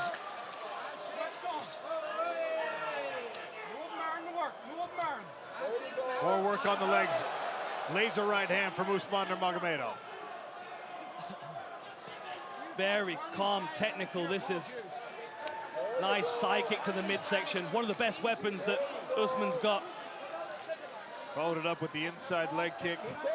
There's the speed again, displayed on the jab. Distance.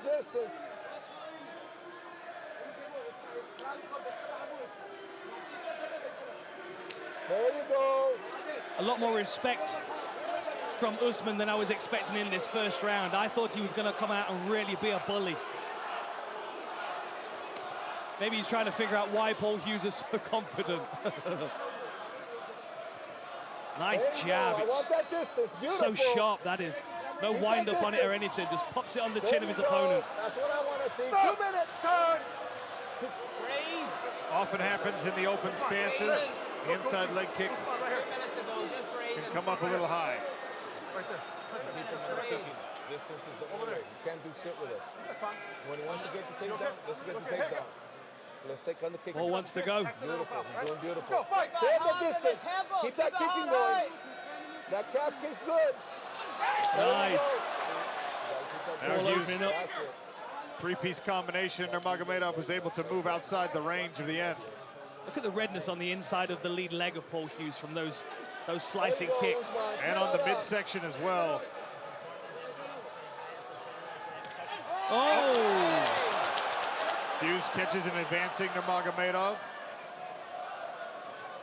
There you go. And unfortunately for Paul, he's got that skin complexion that shows every single bit of contact that he gets from the toes of Nurmagomedov. There you go. There you go. Nice lead hook kick. Don't see those very often in mixed martial arts. I'm enjoying this feeling out process. We've got just over a minute left in the first round. Oh no, groin kick each. Hughes tried the push kick at the same time that Usman was advancing. Below the belt.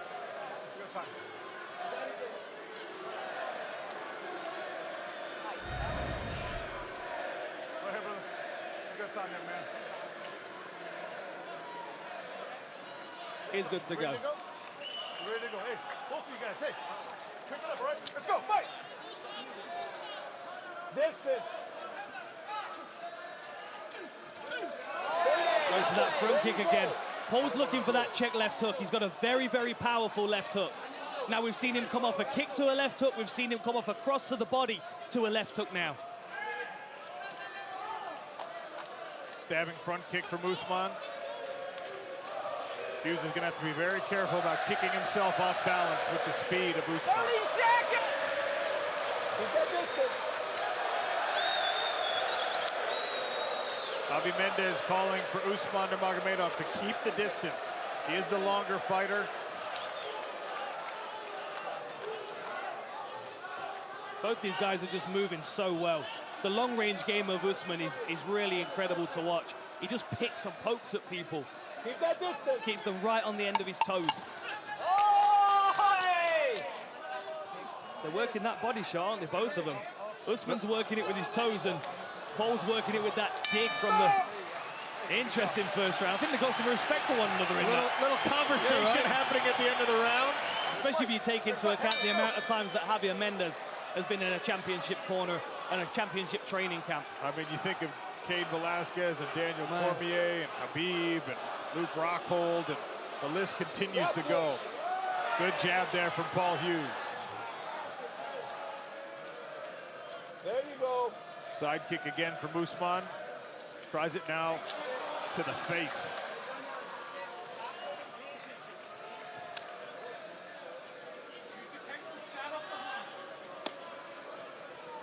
There you go. I want that continuing. Now, Usman did say that he was going to try and get the finish in this round. Stay on that movement. Stay on that Little switch kick there for Paul Hughes. Off balance, Usman Nurmagomedov. Big swing and a miss. Usman down on the leg. Hughes, great job shrugging it off. movement. Stay on the movement. Stay on Two that confidence-building moments for Paul Hughes, the Irishman. Shifts the dynamics slightly. Well, we saw that exact thing start to change the AJ McKee fight. Paul Hughes, can he plant seeds of doubt in the unflappable Usman Nurmagomedov? Good pressure and defense so far. Nice low kick as well. There's a look at that corner I was referencing. Khabib Nurmagomedov in the foreground. Keep that distance. Islam Makhachev in the background. It's quite a corner when Islam's not even really allowed to speak. He's the third.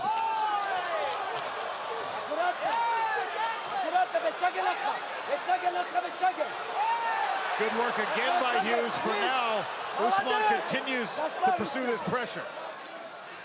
Goes for a trip. Paul keeps his hips away.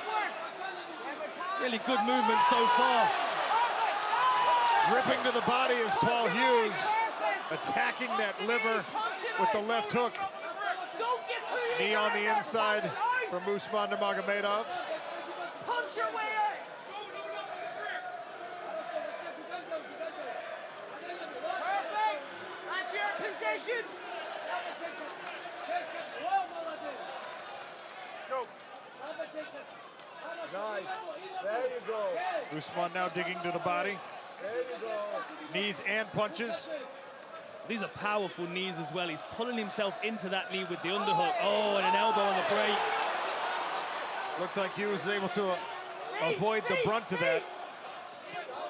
Some deep breaths from Usman. Sharp inside kick. Next one is checked. Yeah. Oh, and another level change, and Paul defends it. Dig shots to the body. Interesting. I love the counter Paul Hughes uses to that clinch. Dennis Seaver used to do that. Just flail and punch your way out of it. There's the blue corner of Paul Hughes.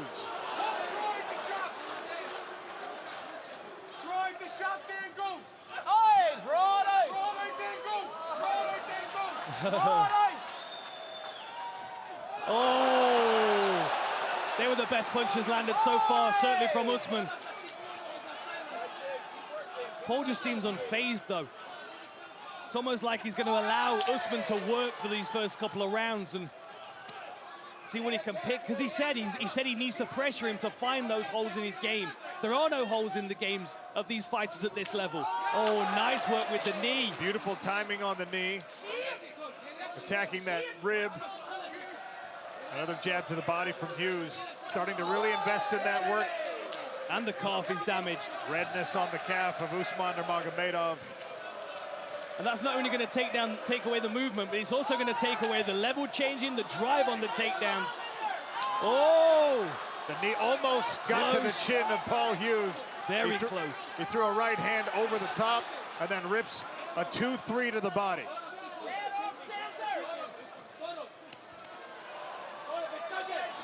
Loving that. Loves that clinch. Yeah, he loves that tie clinch.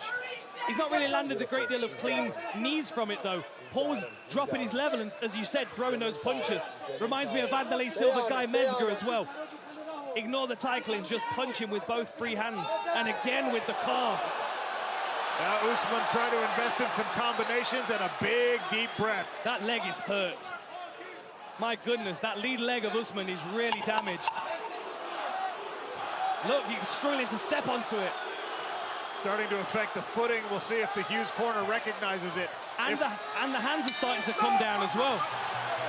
Sean O'Connell and Dan Hardy cage side at Coca-Cola Arena in Dubai, sold out in a world championship bout at 155 pounds between Paul Hughes in the black trunks and Usman Nurmagomedov in the white.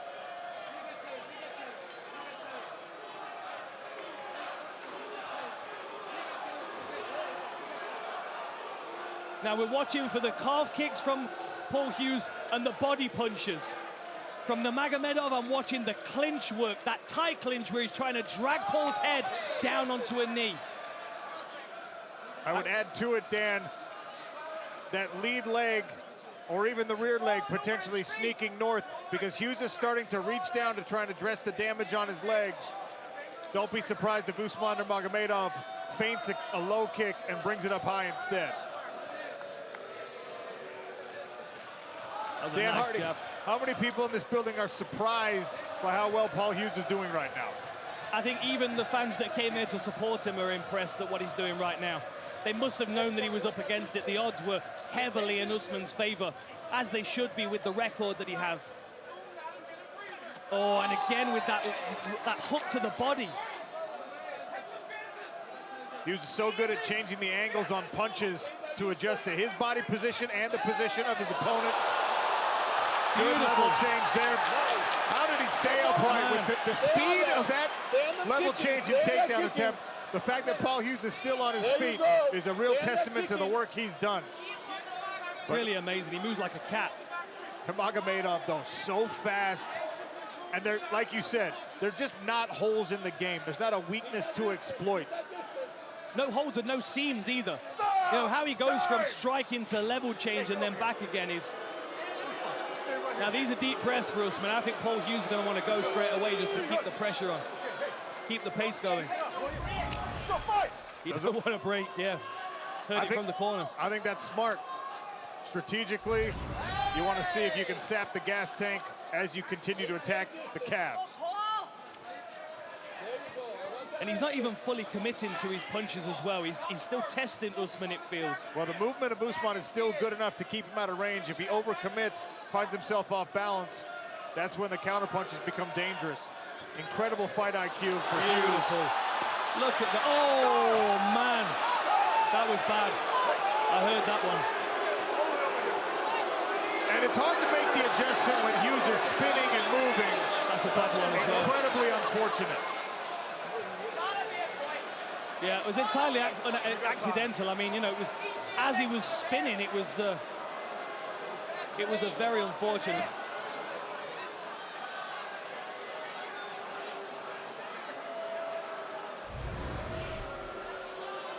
I mean, the benefit to Usman right now is that he is getting rest. The Hughes camp is saying that he's done this because he wants the rest. I don't think it was intentional, purely because of the speed of the exchange. But Paul's going to do everything he can to keep this fight moving. Stay right there. Point deduction. There is the point deduction. Wow. Point. Hey, keep it clean. You understand? Both of you. Keep it clean. Fight, let's go. He's saying he didn't mean it. I agree, he didn't mean it. But I mean, you'd have to be an absolute sniper to be doing that deliberately on a spinning opponent. 100%. And now's the takedown. Usman Nurmagomedov with the takedown. Can he stay on the back of Paul Hughes? It's incredible to watch Usman go from a strike to a takedown and back to striking again. It really is so fluid, seamless. Incredible that Paul Hughes is keeping this fight moving. Most people would be stuck here. The wrestling and re-wrestling of Usman, and now he goes around to that front headlock position. The speed is equally on display with the striking exchanges and the grappling. It's very impressive. Very tricky. Oh, that was a good elbow. That's two good elbows from Usman. Paul seems unfazed, but he can't take too many of those. Even if it doesn't hurt him, it might cut him. Good combination from Hughes. Jab and then a straight right to the body.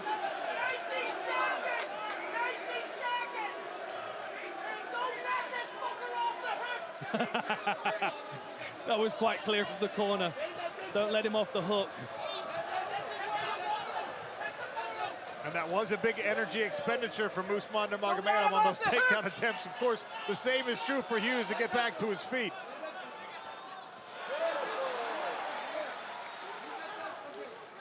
The interesting thing is, the interesting thing is how those exchanges play out in the minds of both fighters. They both took a hit to their cardio, no doubt about it. But Paul felt success coming out of that exchange, whereas Usman maybe not. And that could make your lungs burn a little bit more than they actually are. This is good work by Paul Hughes in the clinch. That rip to the body as Usman tries to push his head down where he can attack it with some knees. Beautiful work by Hughes. Now pressing Usman into the corner right in front of his coaches. Makhachev, Mendez, and of course Khabib Nurmagomedov. Another shot to the body from Hughes. And now the hook comes upstairs. The knee misses and is caught. Oh, that was a good knee from Usman. Smile from Paul Hughes. A big deep breath from both fighters in these final 10 seconds of round 3. This is getting very interesting. Another good shot to the body from Hughes. An uppercut to follow to the chin. And the smile from Paul Hughes. Into the championship rounds. 5 minutes in the fourth ahead. Usman Nurmagomedov in those white trunks defending his Bellator lightweight title. Paul Hughes, the challenger, accounting well for himself through the first 15 minutes.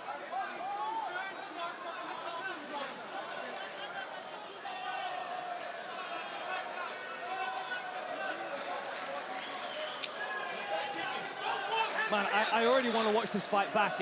These first 3 rounds have been fascinating. So technical on both sides. Really incredible mixed martial arts display that we've got in front of us right now. Credit to both of these guys. Nice lead hand to lead leg by Usman. Dan, we haven't really addressed scoring. I don't know how I would be scoring this if my job were to judge. I'm glad that it is not, and I just get to sit here and talk about it. Well, we also have to remember that there's a point being deducted off one of the rounds. I could certainly score a round for Paul here and there. I've not been scoring it myself because I've been so invested in the technicality of both of these guys, but you've got to be able to make an argument for Paul in some of these situations. Good movement by Hughes to avoid that repeated jab from Usman Nurmagomedov. Lovely control of the center as well.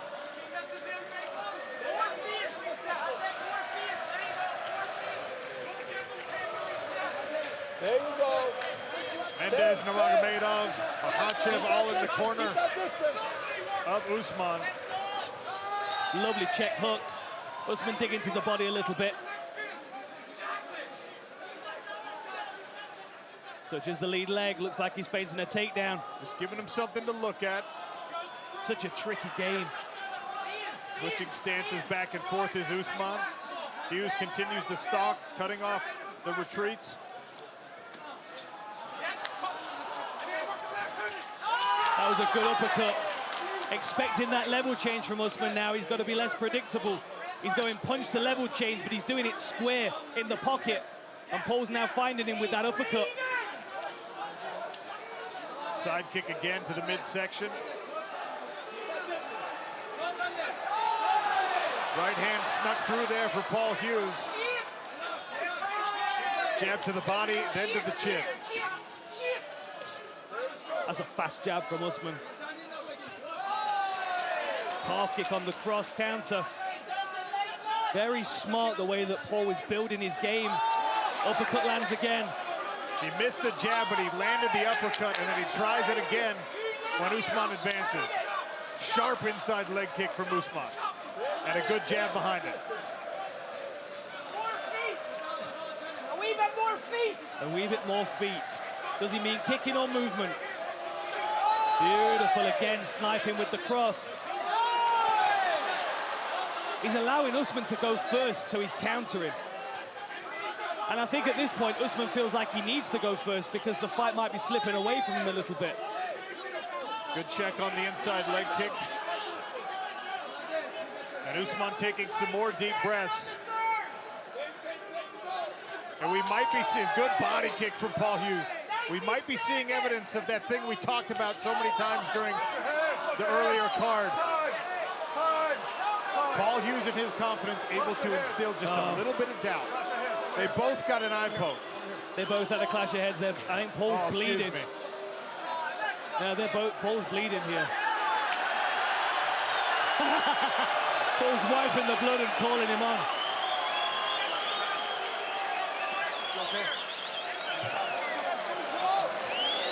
We're going to see a replay here. The Irish fans are on their feet. So as they step in here, oh yeah, a little clash of heads. I mean, Paul came off worse as far as a cut, but Usman's head twisted. You see how his head folded into his neck? That's right, and where Paul's bleeding from, that's the hardest part of your head. Usman took that more on the temple, on the side of the head. It looks like Paul came off worse, but Usman was actually rocked by that.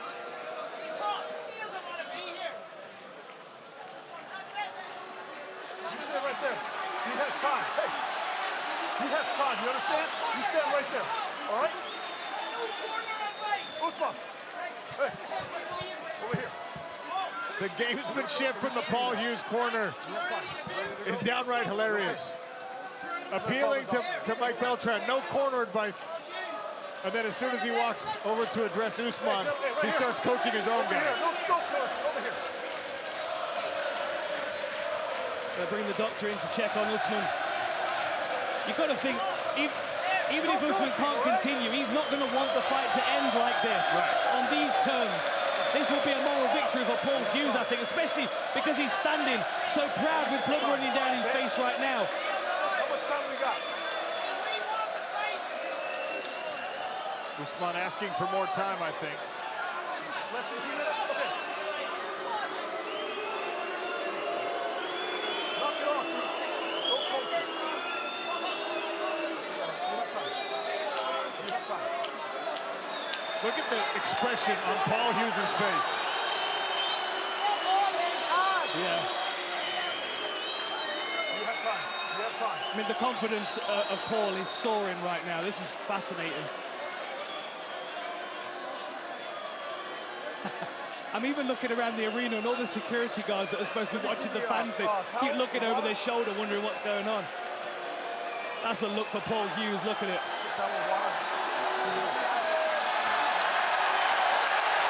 Hughes imploring the crowd for a little bit of energy, a little noise. A sold-out Coca-Cola Arena, happy to oblige.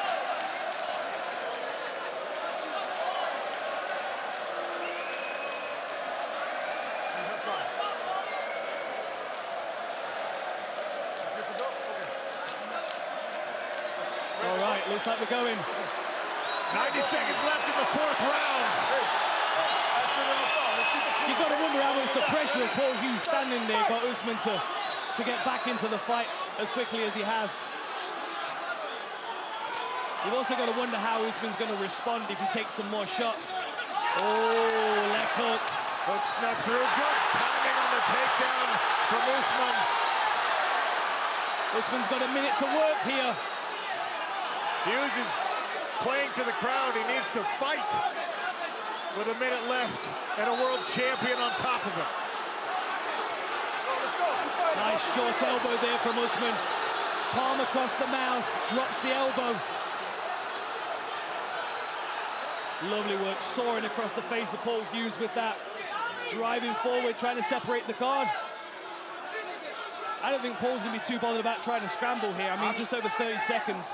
Dan, I'm surprised by it because these rounds are all very, very close, and he does not appear intent on even trying to get up, conserving the energy for a fifth round instead.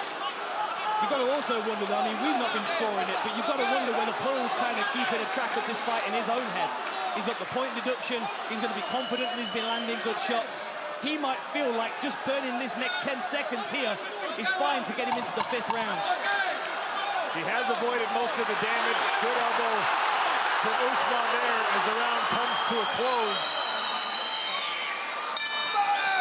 One more round from Dubai. All right, gentlemen, fifth and final round. Ready to fight. You ready to fight? Hell, let's go.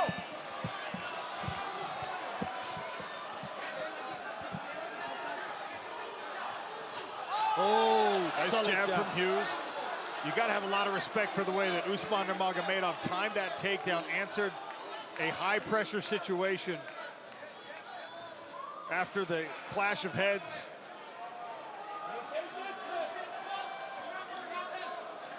Hard to know who feels they've got momentum in this fifth round. The color of the inside of Paul Hughes' leg matches the tape on Usman's gloves. It's insane, the redness.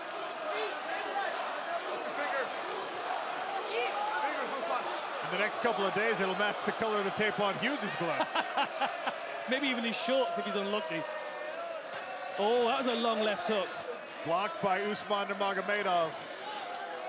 It's amazing that Hughes has not responded to any of these inside low kicks. I mean, they can really destabilize someone's base, but Paul seems unfazed by it.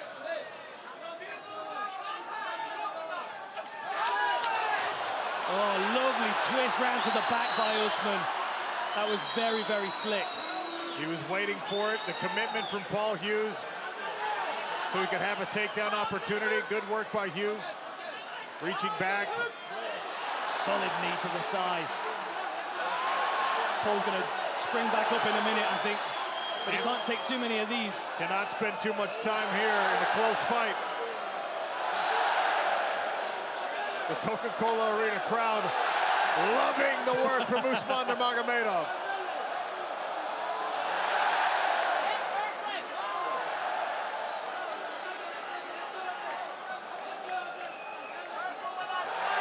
This is really solid work by Usman, softening the gluteus maximus up. There you go.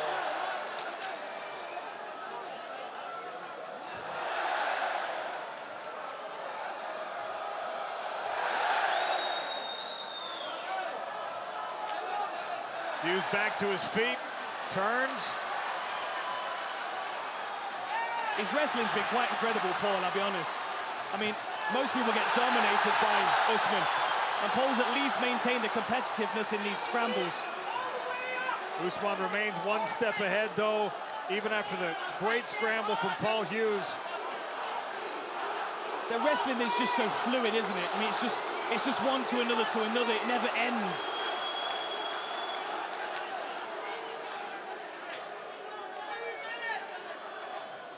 Oh, lovely switch. What a switch by Paul Hughes. 2 minutes left, all to play for. I don't think either of these guys can be confident that they can walk away with the belt. Right hook. Right hook. Jab from Usman. Habib up out of his seat, demanding his cousin put in the effort now to get this fight. Good head position here from Paul Hughes. Dan, it feels like every single exchange is so important. This fight has been razor thin margin. I mean, we've got just over a minute left, and anything could happen that could change this fight entirely. Lovely underhook dig into head position. Nice knee to the inside from Usman, takes a couple of body shots. More body shots from Hughes. Overhand right out of that clinch work. Lovely knee to the body there from Usman. And now Hughes eats a right hand. A big moment, a knee from Usman. Hughes trying to find that uppercut that landed so many times. Inside of a minute now. Hughes behind his jab. Can Paul make a statement at the end of this round? Ooh, that was a glancing left hook. Lovely Beautiful jab. Usman responds with one of his own. Right hand from Paul Hughes. And more work to the body. Hughes tries the leaping knee. Usman catches it. Can he complete this takedown and finish on top?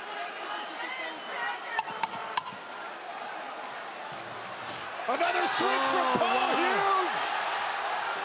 What timing, ripping to the body and swinging away to the final bell.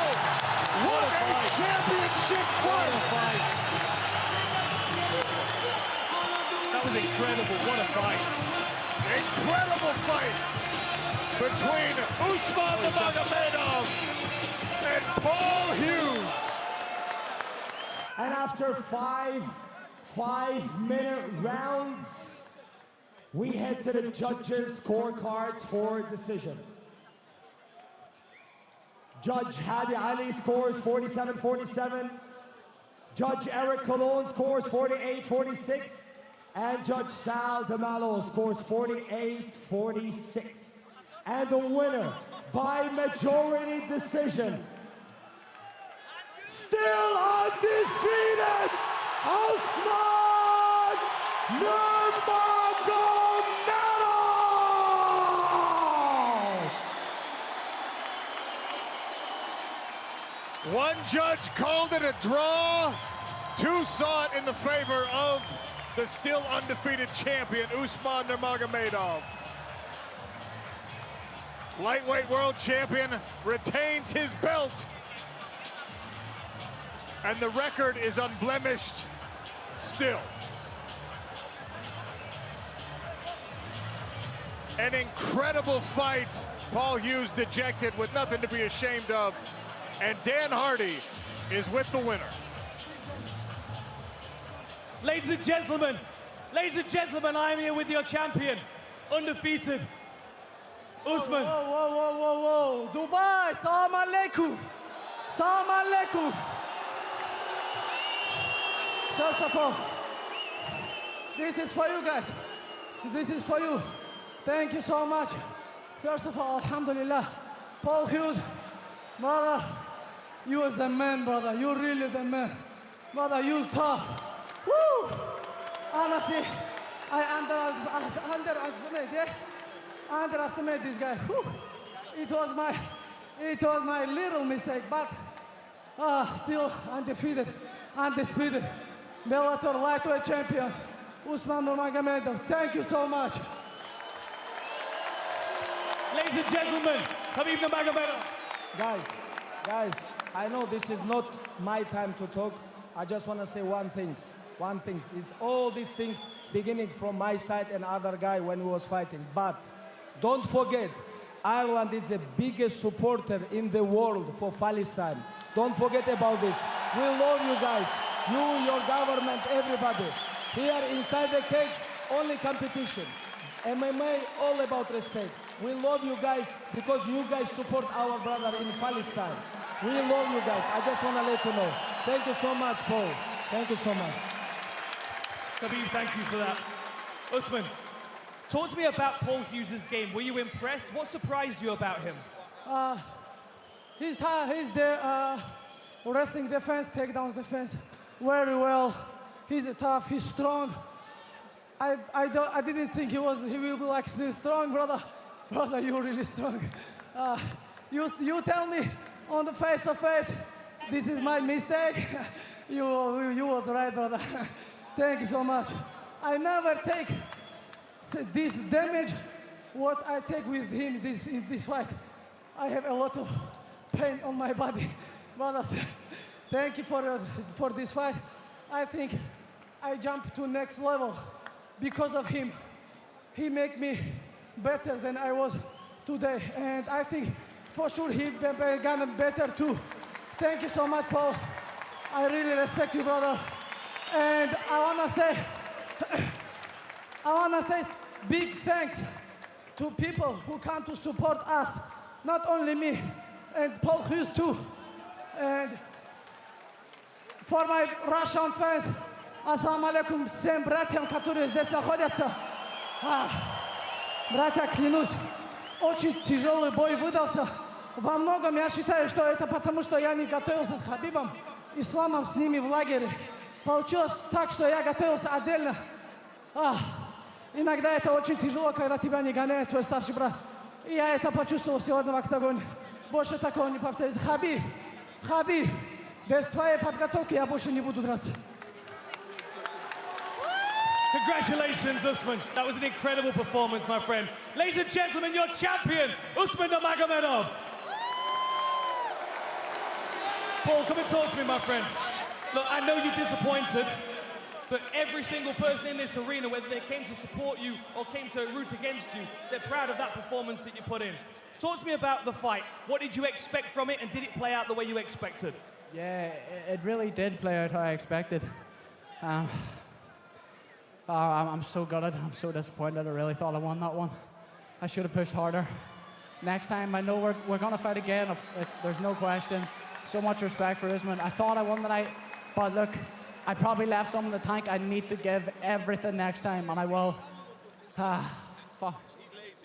With us being in this position right now, you're coming off a loss, of course, but you've just gone the distance with an undefeated fighter, an incredible fighter, and you've proven yourself as an incredible fighter. You also beat AJ McKee. You must be realizing that Paul Hughes is on another level to what you thought.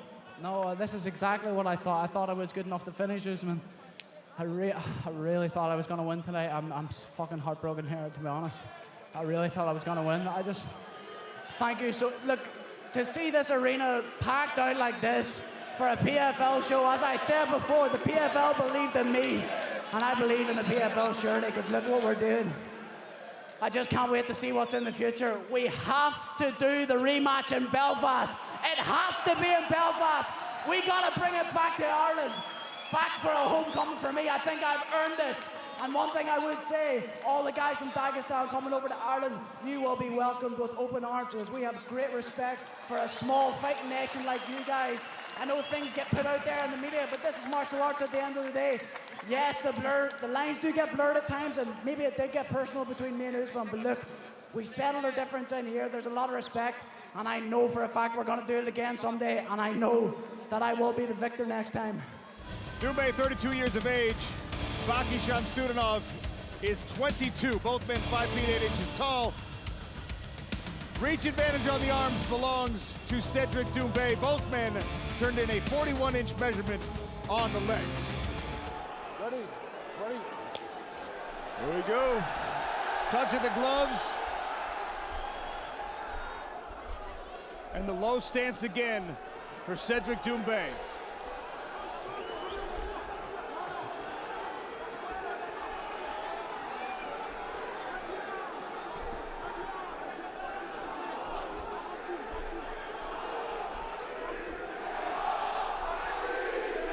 One of these special fights, my heart is pounding.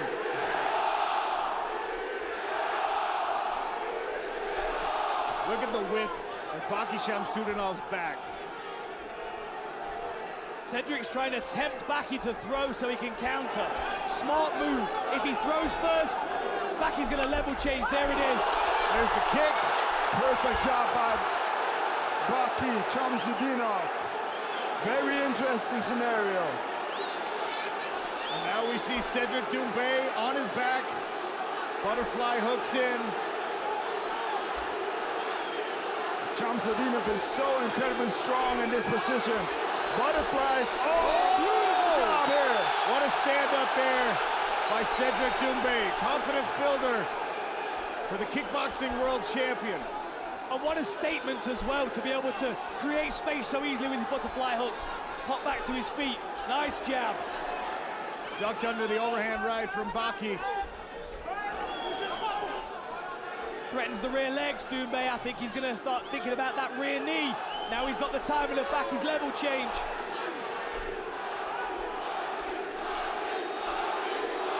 And you can see how tentative Baki is to throw any strikes in his direction.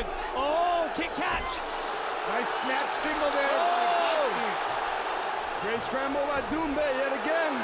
Can get back up, no? Baki wrestles all the way to the top, and again, here's those butterfly hooks. Cedric Doumbé on his back for the second time in this fight. 2 minutes gone.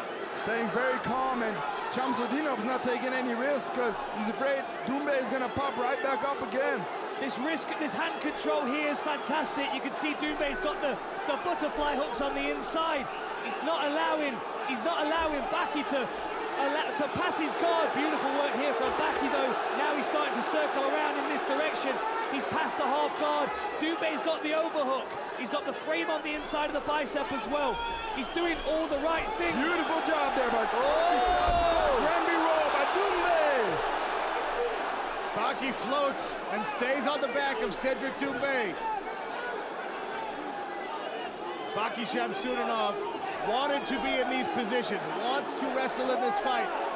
Wear out the legs and the hips of Cedric Doumbé, take away his striking power. I'm impressed so far. Oh, trying to create space, but beautiful takedown by Shamsudinov. I've been impressed so far by Doumbé's grappling skills. Of course, they're almost entirely defensive, but he's able to create space very easily.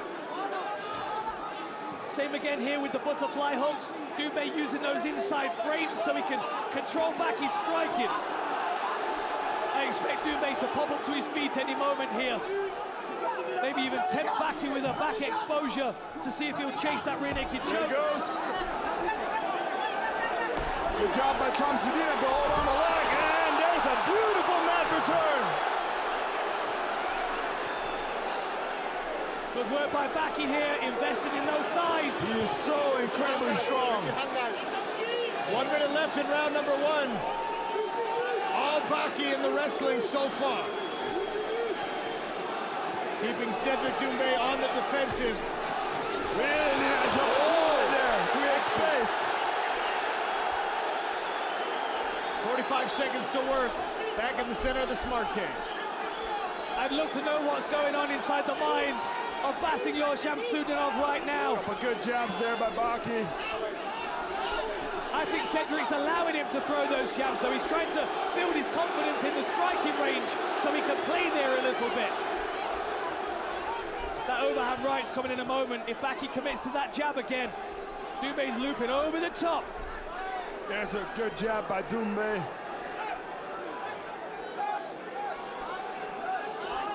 Final 10 seconds of round number one. Baki with another jab. Super low stance for Doumbé, making that lead leg look very difficult to get to. Big right hand at the end for Baki. Good first round for Shamsudinov there.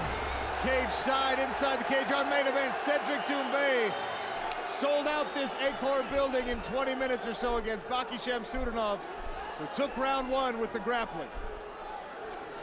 That right hand's coming over the top for Doumbé.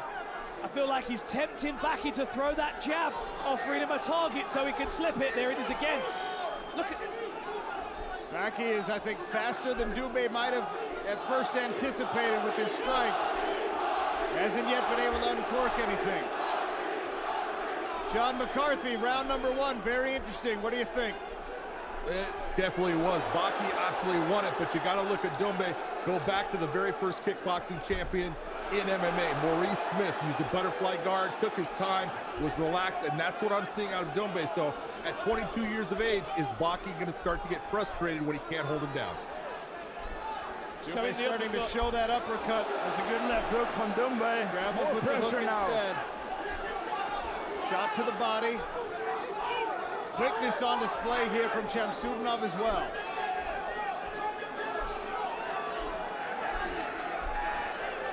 Good discipline from Baki. A 22-year-old individual undefeated walking out into this crowd. He's managing himself and his emotions very well. That time he threw the right hand. Cedric made it miss, but it's been all defense for Cedric mostly. Missed with the left. Good jab.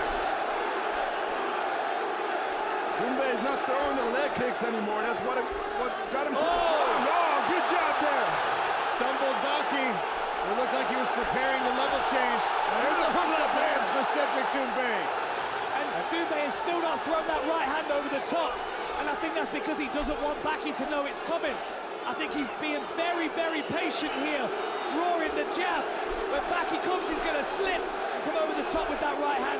Great work with the lead hand from Doumbé so far. Jabs to the head, jabs to the body, shows the uppercut again. Shamsudinov's wrestling has taken the legs of Cedric Doumbé out of the first portion of the second round. And you can see the comfort Cedric Doumbé has in the striking. He's willing to hang his head out there. Oh! There's another quick jab. That was incredibly accurate considering Baki was level changing at the same time. Jab into the, oh! Good level change again by Baki. He's got a hold of the leg. Can Doumbé stay on his feet? Here's the body lock from Baki. He's got him down. He's got him on one knee.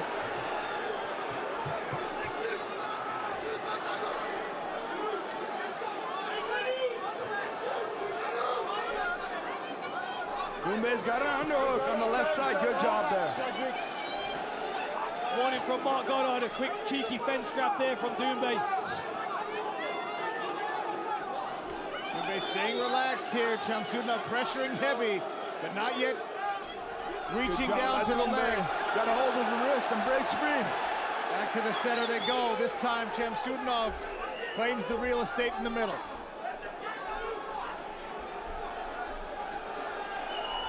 Oh, that was a good jab. Shamsudinov caught Cedric Doumbé coming in.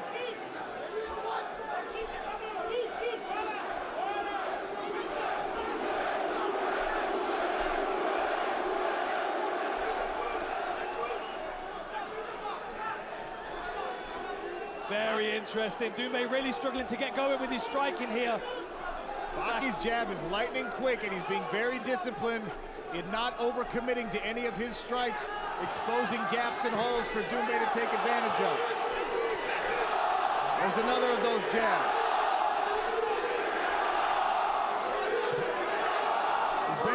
Baki's being very patient, but he's not really scoring much. It's Doumbé with constant pressure, landing a jab now and then.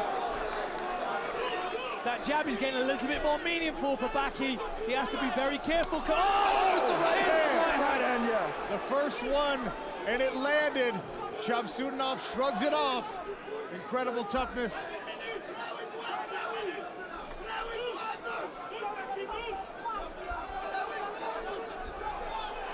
He's walking him down more and more. I think we're going to see that rear knee come in a moment. He's showing all kinds of center channel attacks, uppercuts and knees to try and discourage that level change. That doesn't mean he won't fire that when he sees the opportunity. 10 seconds to go.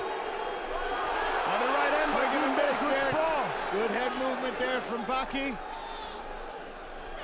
And another to finish here for round number 3.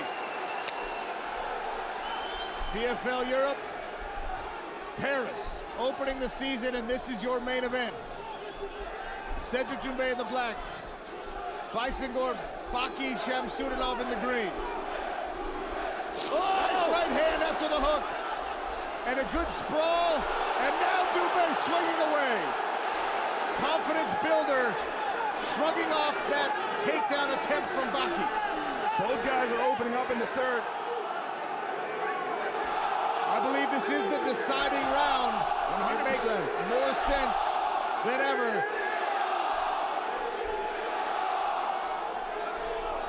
Incredible energy in the arena. Little Bird told me Big John McCarthy's got this one around the piece. The right hand landed again for Doumbé. Shamsudinov, so tough, snaps his head right back around. He's been hit solidly by the kickboxing world champion many times. What's going on here? Cedric Doumbé indicating something wrong with his foot or toe.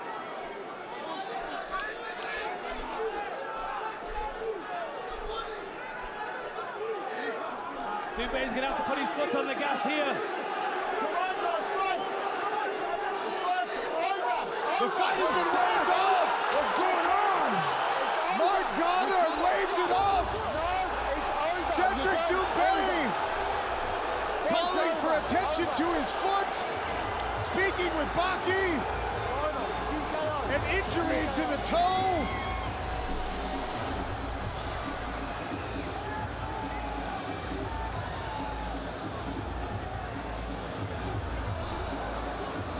A strange finish to this main event. I think there might be a sliver in Cedric Doumbé's toe. Ladies and gentlemen, referee Mark Goddard has called a halt to the action at 1 minute and 21 seconds of round number 3, declaring your winner via TKO by Songul Shamsudinov.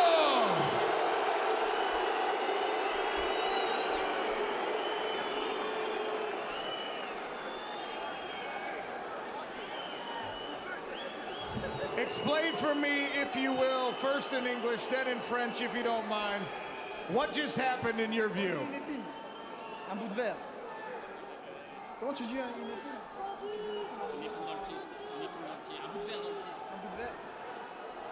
Glass, he felt like a glass in his feet. Non, dis-moi juste le terme, un bout de glace. A sliver, you have glass in your foot?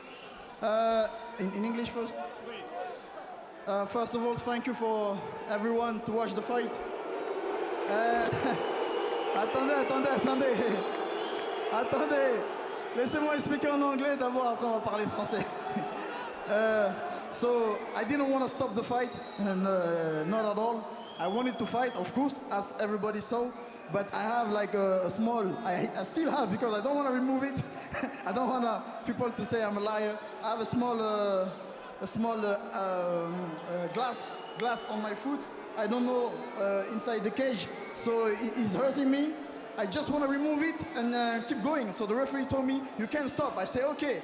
I wanted to fight, and then my opponent, he's looking at me. He's saying that something is annoying me. He said, just remove it. And then we stop both together, looking at the referee, and then he stopped the fight. It's not his fault, of course. That's not his fault. That's just the referee's fault. But, you know, it is what it is. I don't even know what to say. You know, I still have the thing on my toes. I really don't know what to say, you know. I wanted to fight. I don't understand. You won the first round with your wrestling. Your jab was looking good. And then the fight gets called off because of a strange situation, an injury, something in Cedric's foot. How are you feeling right now? It's a win for you, but this is not how you wanted to win. Comment vous vous sentez? Évidemment, vous l'emportez, mais bon, c'est évidemment pas la façon dont vous vouliez gagner ce soir. Je vais répondre en français parce que mon anglais n'est pas encore bien amélioré, je vais travailler dessus. Tout d'abord, je tiens à remercier toute la salle, merci d'être venu pour ce combat exceptionnel. We'd like to thank first the crowd for coming for this exceptional event, and he's going to work on his English soon, but yeah, he's going to answer in French.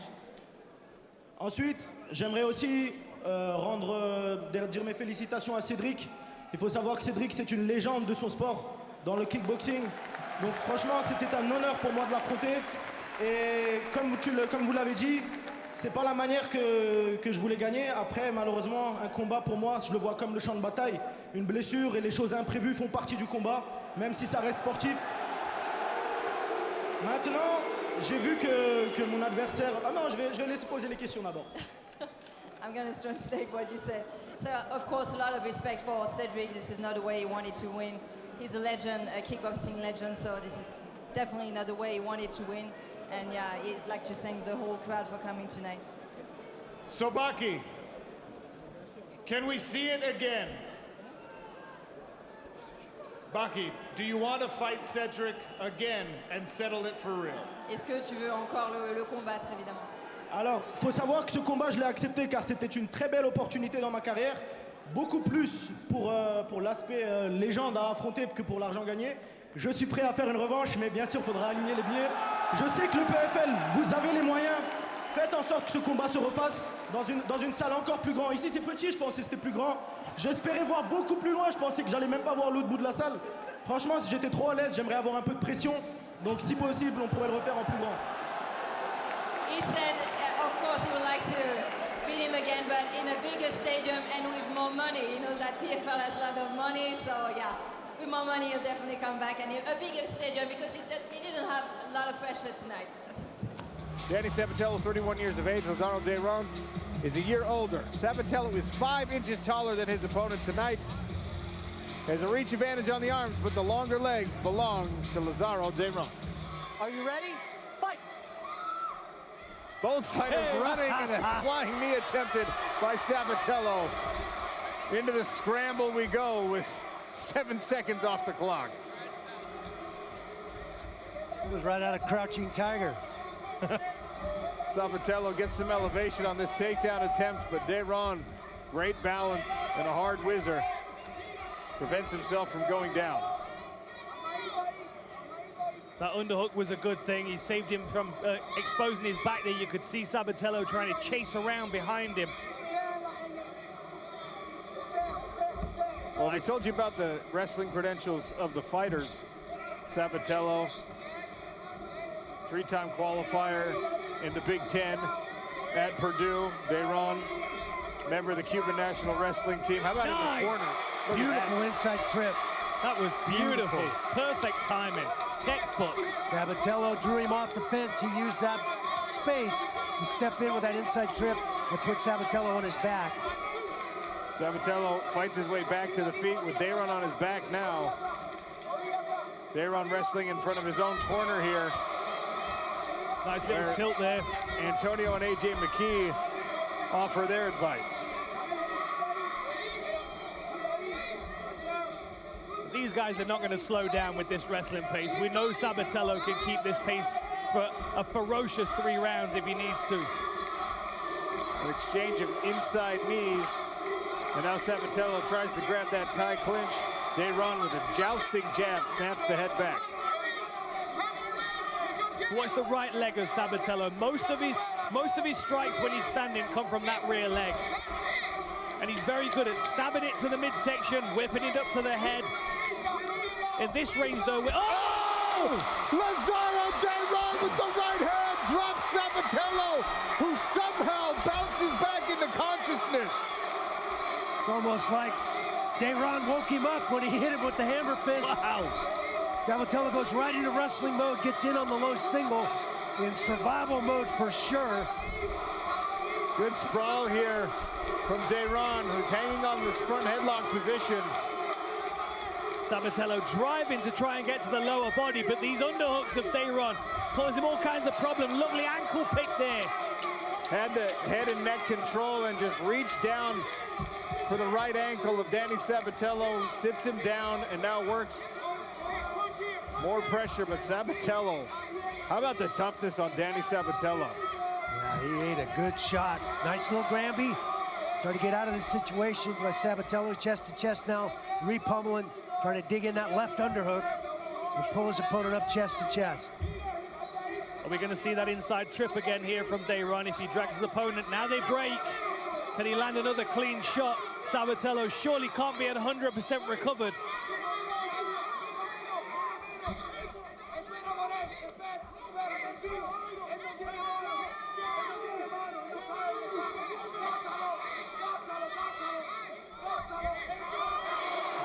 Seconds left here. Lovely now time. It's Sabatello with the great timing. Nice slip to that double leg by Sabatello. Slipped that left hand, got in deep, followed through, stayed on his feet, secured the takedown. Remember, cannot throw elbows, throw push. I need to see push. Damage, damage. Make him pay, Danny, make him pay. Let's go. 1 minute. 1 minute, Danny. Let's work. Breaks that wrist control there, Sabatello, to try and land some strikes, but Dayron with his butterfly hooks creates great separation. Beautiful explosiveness from the hips. There's that right leg of Danny Sabatello, came sweeping across on the attack. Dayron stays out of the way. Wrestling and re-wrestling is Danny Sabatello. Nice shot by Sabatello, but he hit his knees, allowed Dayron to sprawl and take that hips away from him. He's got that far side ankle. Can he drag it away? He does. 26 seconds to work.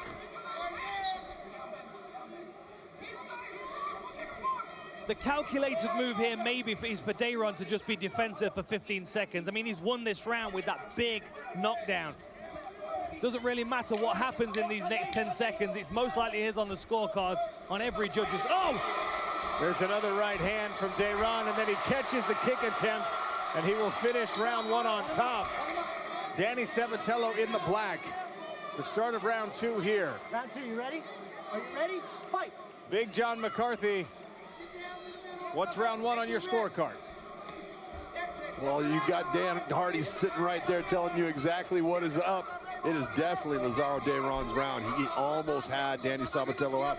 Both of them are so good at the wrestling. This is going to be just a barn burner the whole time. And now Sabatello with the level change gets in deep, but Dayron's able to shrug it off for now. Now onto the back for Sabatello. Nice second effort by Sabatello. Saw where Dayron was trying to go to get away from him and took his back to secure the position. Hand control by Dayron is amazing. Great job to stay out of trouble there. We saw Sabatello with this style against Ruffian. Starts over and over again. He tried to get to the back, tried to take him down. Any control positions were scrambled out of, and that's what's happening here with Dayron. Sabatello has some success, but it just doesn't last for very long. Then he starts getting cracked in the face again. Oh, big right hand. The 1-2 again for Lazaro Dayron. Now he throws the right by itself. Live odds still in the favor of Danny Sabatello, despite the success of Lazaro Dayron in round 1. Now nice spin behind by Sabatello. He goes low with his hooks as well. That's very clever. Holds his opponent back onto the floor. He's got one hook in now. Dayron back to his feet. Great scramble here, but Sabatello, like a dog on a bone, he feels his opponent starting to wilt a little in this round, and he's going to keep that pace on him. That will give him confidence, and he knows he's down that first round. Ian Parker, explain to me those live odds still favoring Danny Sabatello. Well, at some point in the first round they weren't, but what we saw at the end of the round was he got on top, and to your guys' point, Dayron looks like he's getting tired. Sabatello can go full motor the entire time, so unless you put him out, he's going to keep coming at you. Minus 270 is a little high for me, but compared to the minus 900, if you think he's taking over round 2, which he kind of is, for the moment, and it goes over round 3, he could still win this fight by decision. Dayron looks to be fading, and Sabatello's not slowing down. Boom. Great takedown there for Danny Sabatello. Torrential pace by Sabatello. He just stays on him. He's on him like a rat on a Cheeto. He will not give him space to breathe. Halfway through round 2, getting Lazaro Dayron down. Danny Sabatello has shown he could do. Keeping him down is going to be another proposition.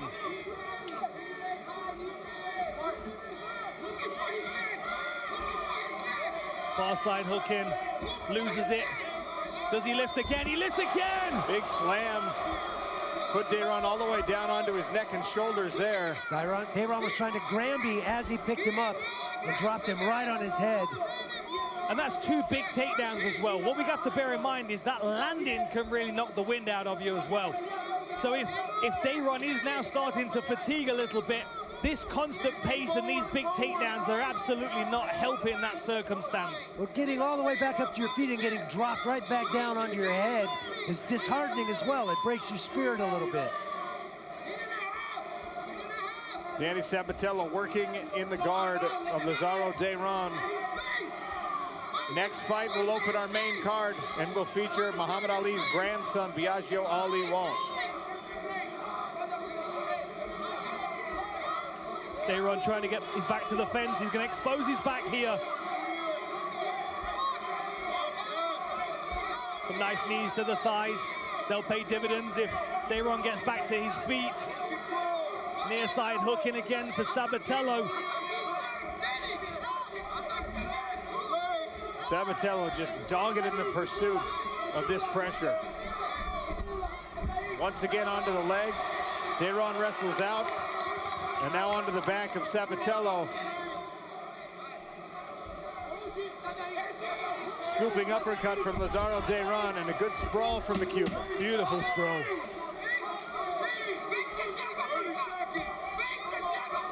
"30 seconds left in round 2. Another overhead right from Lazaro Dayron. I think that one showed some of the fatigue. A lot slower than the previous. Now Dayron in the single leg here. Good sprawl from Sabatello, who will finish in the front headlock position in round 2. Dayron in the blue trunks, Sabatello in the black. Big John McCarthy. Is that an accurate assessment from the corner? That is an accurate assessment, in my opinion. That was a typical Danny Sabatello round. One where he just overwhelmed someone with his pressure, his wrestling. Right now, I have this as an even fight. This is the round. Both of them need it.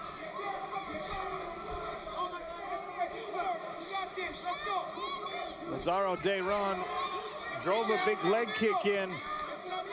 Sabatello a little bit bouncier on the feet here. Nice double leg by Sabatello, but he hits his knees, and that stops his forward progress. Look at the sprawl from Dayron and how quick that attack was from Sabatello. Well, he drops those hips right to the mat. Leaves you very little space to maneuver or find a way to finish. He just floats away like Yoel Romero does. As soon as you go for his legs, they just disappear. There's that right hand again. Just cuffs off the shoulder, but he's looking for it. Dayron digs to the body that time. And Lazaro Dayron has had the greater success in the strikes. More power and significant impact in the punches, although Sabatello landed a nice hook there. Now some kicks to the leg. And are we going to check the water in Florida? What's going on with the pace of these fights today? Everyone's fully caffeinated by the look of it. It's that Cuban coffee. It's the Cuban coffee is what it is. Guys, it's the Celsius flowing freely. Big combination from Lazaro Dayron and another. Sabatello just eating these punches, not going away.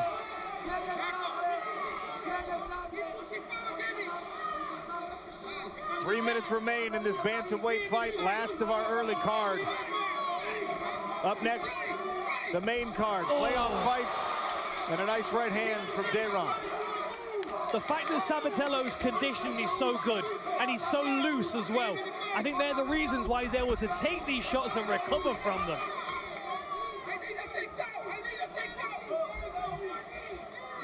Semi-final playoff fights later tonight in the light heavyweight and lightweight divisions. Winners advance to a $1 million championship. Losers go home. That right hand's coming over the top in a minute. There it is. The jab is landing more here in the third for Dayron as well. Nice counter shot. Great shot by Dayron. Good by Sabatello and counter shot by Sabatello. What I'm seeing from Dayron and what I'm hearing from his corner is that he's lifting out of his feet when he's throwing punches. They're telling him to sit down, and this is not the kind of sit down they're talking about. The wrestling and counter wrestling from both of these individuals is just an absolute treat to witness. Second efforts by Sabatello trying to secure position and make Dayron fight where he wants him to fight, and Dayron doing everything, tooth and nail, hand control, and anything he can to stay off of that mat in that bottom position. Sabatello with the figure 4 control. He's got his leg wrapped around. Now putting that Italian backpack on the Cuban fighter. Both hooks in, trying to get the body triangle. Doesn't have it in very deep yet, but he's definitely the Italian backpack right now. You know, he's off to one side. He looks like he might lose his position, you know. He got the body triangle locked in. That's going to secure that back position and make it more difficult for Dayron to get out of this situation. There's that double bite on the right leg, securing the position for Danny Sabatello. Can he turn it into a meaningful submission attack or some real offense? Oh, he's trying to arm through. Dayron trying to arm through. Too much grabbing the fence. Wow. Gonna take a point. Someone's getting sent to the headmaster. Oh, man. 1 point, grabbing the fence. 1 point. Wow. In a fight this close, that is massively significant. I didn't hear a warning, but he was definitely grabbing the fence, trying to keep himself up. There was the warning. He grabbed his hand and pulled it off. Big John McCarthy, no warning, immediately took away a point. Was that adjudicated properly? Absolutely, it was the right call, because that grabbing of the fence made it where he was able to try to shut Danny Sabatello off. That was a perfect call. Should have taken the point. You can't do what he did. I loved what I saw. Thank you, Big John. Sabatello was yelling that he's grabbing my glove there. Danny Sabatello is not going to slow down for the next 20 seconds. He lost the first round, but he won the second round potentially, and now with the point deduction, he might be winning the third round big. Rosario Dayron punching away here as the final seconds tick off the clock. What a to the fight. judges' scorecards we go. What a pace, what a fight. Ladies and gentlemen, after 3 rounds of action, we go to your 3 judges at cage side for the decision. Your first judge, Christopher Edgehill, sees it 29-27 Sabatello, while judges Dorian Mirasala and Michael Tate see it 28-28. This fight is ruled a majority draw. Wow. A majority draw. So nobody's happy. We got to go again. I need to know how a judge could have 29-27 on that scorecard. Tail of the tape for this opening fight on our main card, brought to you by the Road to Dubai. AJ McKee, 29 years of age. Paul Hughes is 27. Both men 5 feet 10 inches tall. 3 5-minute rounds at 155 pounds. Southpaw stance for AJ McKee. Body kick caught by Hughes. Tries to use it to pull himself into a right hand. Nothing doing. I think AJ McKee is going to want to set the tone in this first round, and I think that body kick was a good start. Stepped in hard with that jab cross, but Paul got his head to the inside, slipped those 2 punches. Oh. That was a hard oblique kick to the lead leg, though. That was a solid Sabat. Chasse kick, Randy. Stomped right down on that lead leg of Paul Hughes, trying to force the hyperextension. Ooh, man, that was a good jab. And now swinging away early, AJ McKee. Hughes circles out of the way. High kick attempt there from McKee. Oh, cup checks. Keep going, keep going. Hughes was campaigning for the groin. Oh! Did he time that knee? No, McKee down on a single leg attempt here. That's a tight wrap on that single leg as well. He's got the wrap around the tight waist. He's going to try and run the pipe here. Yeah, he's going to try and pull Hughes to the floor, but Hughes has got great balance in this position. That's what we've seen so far in his career. It's right there, keep fighting. Like AJ McKee changed levels right under that knee. Just missed by Hughes. Hughes twice now has told Dan Murgliata that those knees went to the cup. Both times, Miragliotta says, keep fighting. It's right in the stomach. Now Hughes offers one to the midsection. Keep your fingers out of the cage, bro. Battle for head position here. Paul Hughes just managed to sneak his head inside, but AJ straight on with that level change. Beautiful timing. He's going to start trying to reap that lead leg away, I think. Try and drag it away from the fence and pull his opponent to the canvas. He's got his hands locked in the body lock. It's McKee. Hughes has got a whizzer on one side.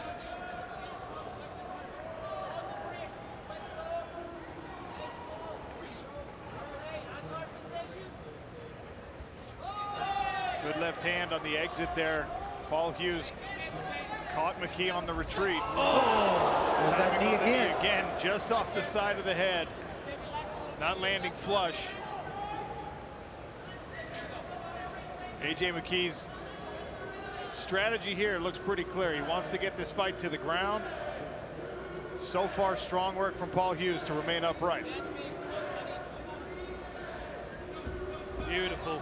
Good defense by Paul Hughes, though, sprawled What a out. scramble. Beautiful scramble by Paul Hughes. Couple punches from the top. Nice left hand. Good up kick from AJ McKee. Trying to drive the heel into the midsection. Attacks the rear leg as well. Hughes now getting selective with the punches from the top. Great work here by Hughes, but his legs tangled up here. Knee, tempted knee bar. Hughes gets it short, gets out. Paul Hughes, two big punches from the top. And now settling in on top, half guard. Beautiful scramble by Paul Hughes. 90 seconds left in round number one. Yeah, Hughes not looking at all out of place so far in this cage with AJ McKee. I think a lot of people were waiting to see how he looked in his opening few minutes.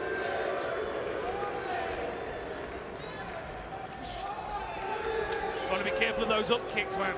AJ McKee is firing them up from the floor. Hughes took one right off the throat, didn't appear to affect him. McKee tried to roll through again. Hughes floats.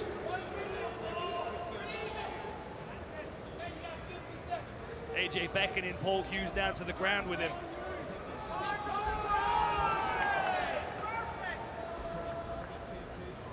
Tried to kick out. Hughes kept the right leg in his grip, forcing AJ to try and wrestle up from this bottom position now. AJ rolls into a low single. Good head pressure from Hughes on top. Nice sprawl. Hips all the way down. 20 seconds left. I could definitely see an argument for Paul Hughes winning this first round here. Again with the knee. Hughes liking the knees early. Stiff armed that jab. Looked like AJ McKee tried to build a little combination. Again, a caught kick from Hughes, and again tries to time the knee. Swinging on! Hughes! He heard AJ McKee out the bell! Round two, ready? Let's go fight. Football player, they call him over here. Yeah, they do. Paul Hughes in the black, AJ McKee in the red. Second frame, Sean O'Connell, Randy Couture, Dan Hardy on the broadcast desk. Brett Okamoto also in the building, reporting cage side and from the locker rooms. Paul Hughes did predict a second round knockout. With AJ McKee still rocked like he is. Well, Hughes certainly softened him up at the end of that first round. Definitely got AJ McKee's attention. That was a good kick to the underside of the chin from AJ McKee. Paul was lucky that he was a little bit too close. He switched to orthodox and then threw that kick and it went right up. Tried the spinning back kick as well. Hughes trying to dial in a right hand. AJ McKee attacks the lead leg. Nice kick to the shin there, taking away the lead leg. There's the oblique kick, the chassé kick from AJ McKee to the lead leg. Second one of the fight for AJ. Both have landed. AJ's lunging, and Paul Hughes is waiting for him to lunge so he can slip the initial punch and counter with a hook. Nice head kick set up there by AJ. Hughes is going to have to be careful not to duck down onto that shin. Offers a kick of his own.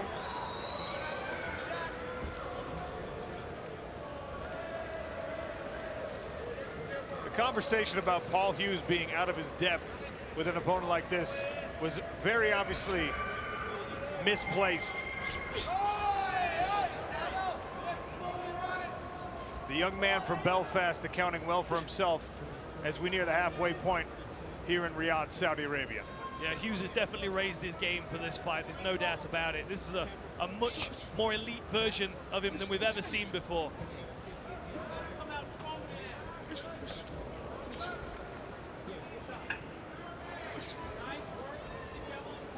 Good work on the inside from McKee, finding a home for those knees. So far in the second round, Hughes has not tried to go back to the knees.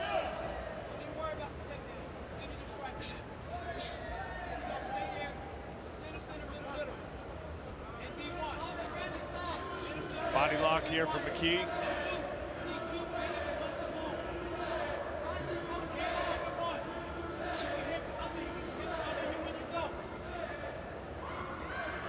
AJ McKee pressing Paul Hughes to the smart cage barrier right in front of the broadcast position, and now Hughes reversing the position. McKee using his legs to set up the hands. Nothing landing clean for AJ McKee. Good right hand there from Hughes. Clash of the heads maybe. Another kick to the lead shin. Paul Hughes not shying away from that inside leg kick. And this is where it gets really dangerous for AJ McKee. Yeah, AJ doing a good job now with his defensive movement. I think now he's got the respect of Paul Hughes when he's got his back up against the fence. And as Paul's coming in winging, AJ's not thinking about countering now, he's thinking about getting out of the way. Cup check there. Oh, Paul, let me get you over here, neutral corner. Dan Mergliata will send both fighters to neutral corners. Yeah. Let's take a look at this. Review for me. Attempted a chasse kick as Paul Hughes lifted his lead leg up, and it went around that lead leg and just caught him in the groin. Completely unintentional. Watch the low kicks again. That was an accident. Be careful. Hey, thank you. Fight. Back to the action we go. Just over a minute remaining in this second round. Paul Hughes in the black trunks, AJ McKee in the red. Caught kick and a left hook from Paul Hughes. Might be Paul Hughes' best weapon, in my opinion, that left hook. I know he's had success with the right here, but that may well scoop AJ McKee onto the left hook. Oh! Got a little greedy, tried to jump for that knee, did Paul Hughes, and now AJ McKee all over him. But scrambling from Hughes here, trying to stay safe as he's getting back to his feet. AJ McKee with that harness grip. He's over his shoulder, and he's under the armpit, and he's wrapped around the leg as well. And from this position, we can see the bruising on the outside of the leg. Absolutely. Paul Hughes. Beautiful three-piece combination to start this from Hughes. There it is. Look at that redness in the hamstring. It's a strong position from AJ McKee, this. Switches it, potentially chained into a guillotine. Keeps a good wrap on that leg, though, and chases to the back. Final few seconds of this second round here as we open our main card in Riyadh.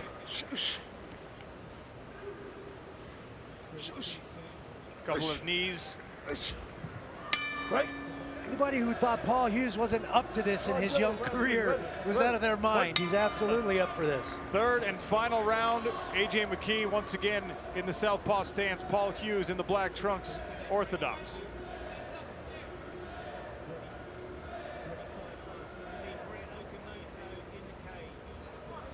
Only once before in his decorated career has AJ McKee tasted defeat, when he lost the Bellator featherweight title. Tries the back kick. Little rush forward with the flurry of punches. Hughes now switching stances, goes back to orthodox. Takedown attempt here from McKee.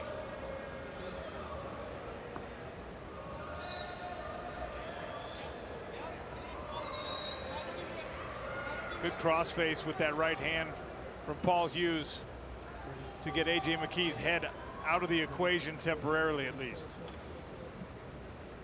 Good patient takedown offense here for Paul Hughes, and he's keeping his thigh pinned up against the fence, make it difficult for AJ McKee to get his hands together, but he does. He's on the body lock now. Just over a minute gone in the third and final round. Paul Hughes with the duck under, and now look at this again. AJ McKee on his back, trying to beckon Paul Hughes down into a grappling exchange. Paul Hughes trying to maintain some posture here. He knows the danger of AJ McKee's guard. There's that knee that he tried so many times in round one. And this is the exact spot in the cage where Paul Hughes had his most success. Amazing head movement from Paul Hughes. Making it very hard for AJ to land a good shot. That was a beautiful reap of that leg from AJ McKee to get to this position. Paul Hughes is going to have to hustle to get McKee off his back now. Yeah, McKee's going back to basics here. Going back to his solid wrestling foundations. Forcing Paul Hughes to be in defensive positions.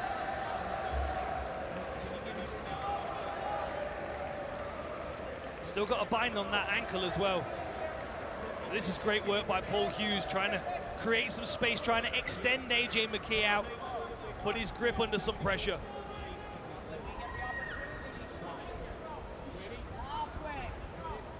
Halfway point of round three. AJ McKee pressuring Paul Hughes as Cristiano Ronaldo looks on. Man, this fight has gone fast. Can't believe we're in the third round already. I'd like to see two more if we can't get a finish here in the third frame. Right? I think Ronaldo probably agrees with me. Randy, someone in the building more famous than you for once.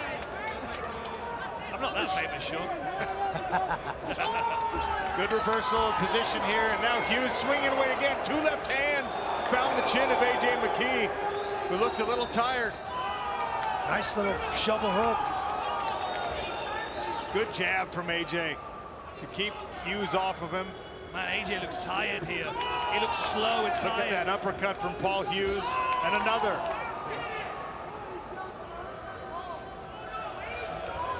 Don't be surprised to see if AJ McKee can dive on another takedown in the final 90 seconds to try and secure this round.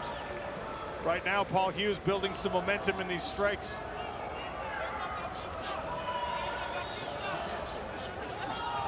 Good lead. Oh, and again with the right hook on the chin of AJ McKee. Took that one well, though.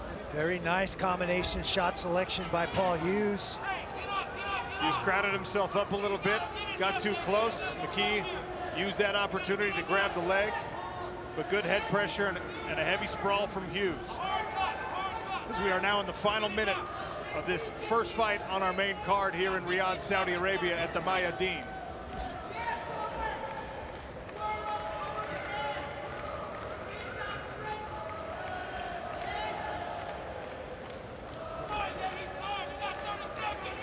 Good sprawl here. Paul Hughes looking over at the corner of AJ McKee with a smile. Big smile. Distracted himself a little bit. Now McKee onto his back. Once again, driving knees into the thigh and gluteus. Paul Hughes has got a smile on his face. I think he feels like he's got this fight. A sprawl. One last flurry from Hughes, maybe against the fence. Misses the knee one more time. And to the judges' scorecards it goes. What a fight. What a performance by the rising star, regardless of how these scorecards read. I think Paul Hughes proved his worth. Ladies and gentlemen, having gone the distance, we'll go now to your three judges. Your first, Hadi Ali, scores the fight 29-28. He sees it for Hughes. Your second judge, Mark Collette, 29-28, scoring the fight for McKee. Your third and final judge, Sal D'Amato, 29-28 for the winner by split decision. Big news! Paul Hughes! Paul Hughes makes good on the biggest opportunity of his mixed martial arts career, and you can see the emotion. What a performance by the young man from Belfast, who's with Brett Okamoto in the smart cage. It's the pathway I chose because the PFL believed in me. And look what I can do. I'm a superstar, and you've just seen a glimpse of it. Very, very fired up, Paul Hughes, obviously saying you're a superstar. I want to get to that, but first off, it was a split decision in here. What was going through your mind as the scores were being read? It's hard. It's hard when you're actually doing the one fighting to know the score. Judging from the energy around the arena, everyone I was looking at and AJ's face, I think it was pretty clear that I won that one. I mean, there wasn't once where he nearly got me out of there. I nearly had him out of there a few times. Split decision, but it's a win over AJ McKee, and you were just screaming into the camera, you're a superstar. How did you feel about your overall performance tonight? Damn right. The PFL believed in me, and look at me now. Look at me now. I'm here on the world stage. I took the risk. I fought one of the best guys on the planet. Here I am, a young kid from rural Ireland, on the big stage. I believe that I doubled down on myself. Oh, thank you, Saudi Arabia. You were putting on a show all night. If you want to just look up there, we're going to take a quick look at some of these highlights, many of them coming on the feed. This, I believe, is at the end of the first round. How many times did I hurt him? A lot of times. A lot of times. Who's done that to AJ McKee? That knee almost took him out in the first round. It was a split second away. And I'll tell you what, that was not one of my best performances. It may have looked all right. I was completely gassed after that first round. I didn't have the best training camp coming into this. And I tried to put that out of my mind and deliver. I had to dig down deep for you all tonight to get that win. What a statement sent to the world tonight and to the rest of the lightweight division of Bellator. Congratulations very much. One more thing. At the end of the day, we all know who we want to see next. We want to see Ireland versus Dagestan #2. We want to see Paul Hughes versus Usman Nurmagomedov for the Bellator lightweight belt. And I think we should do it in Dubai, or else let's bring it to Belfast. Let's go! Click below to subscribe and watch more MMA content.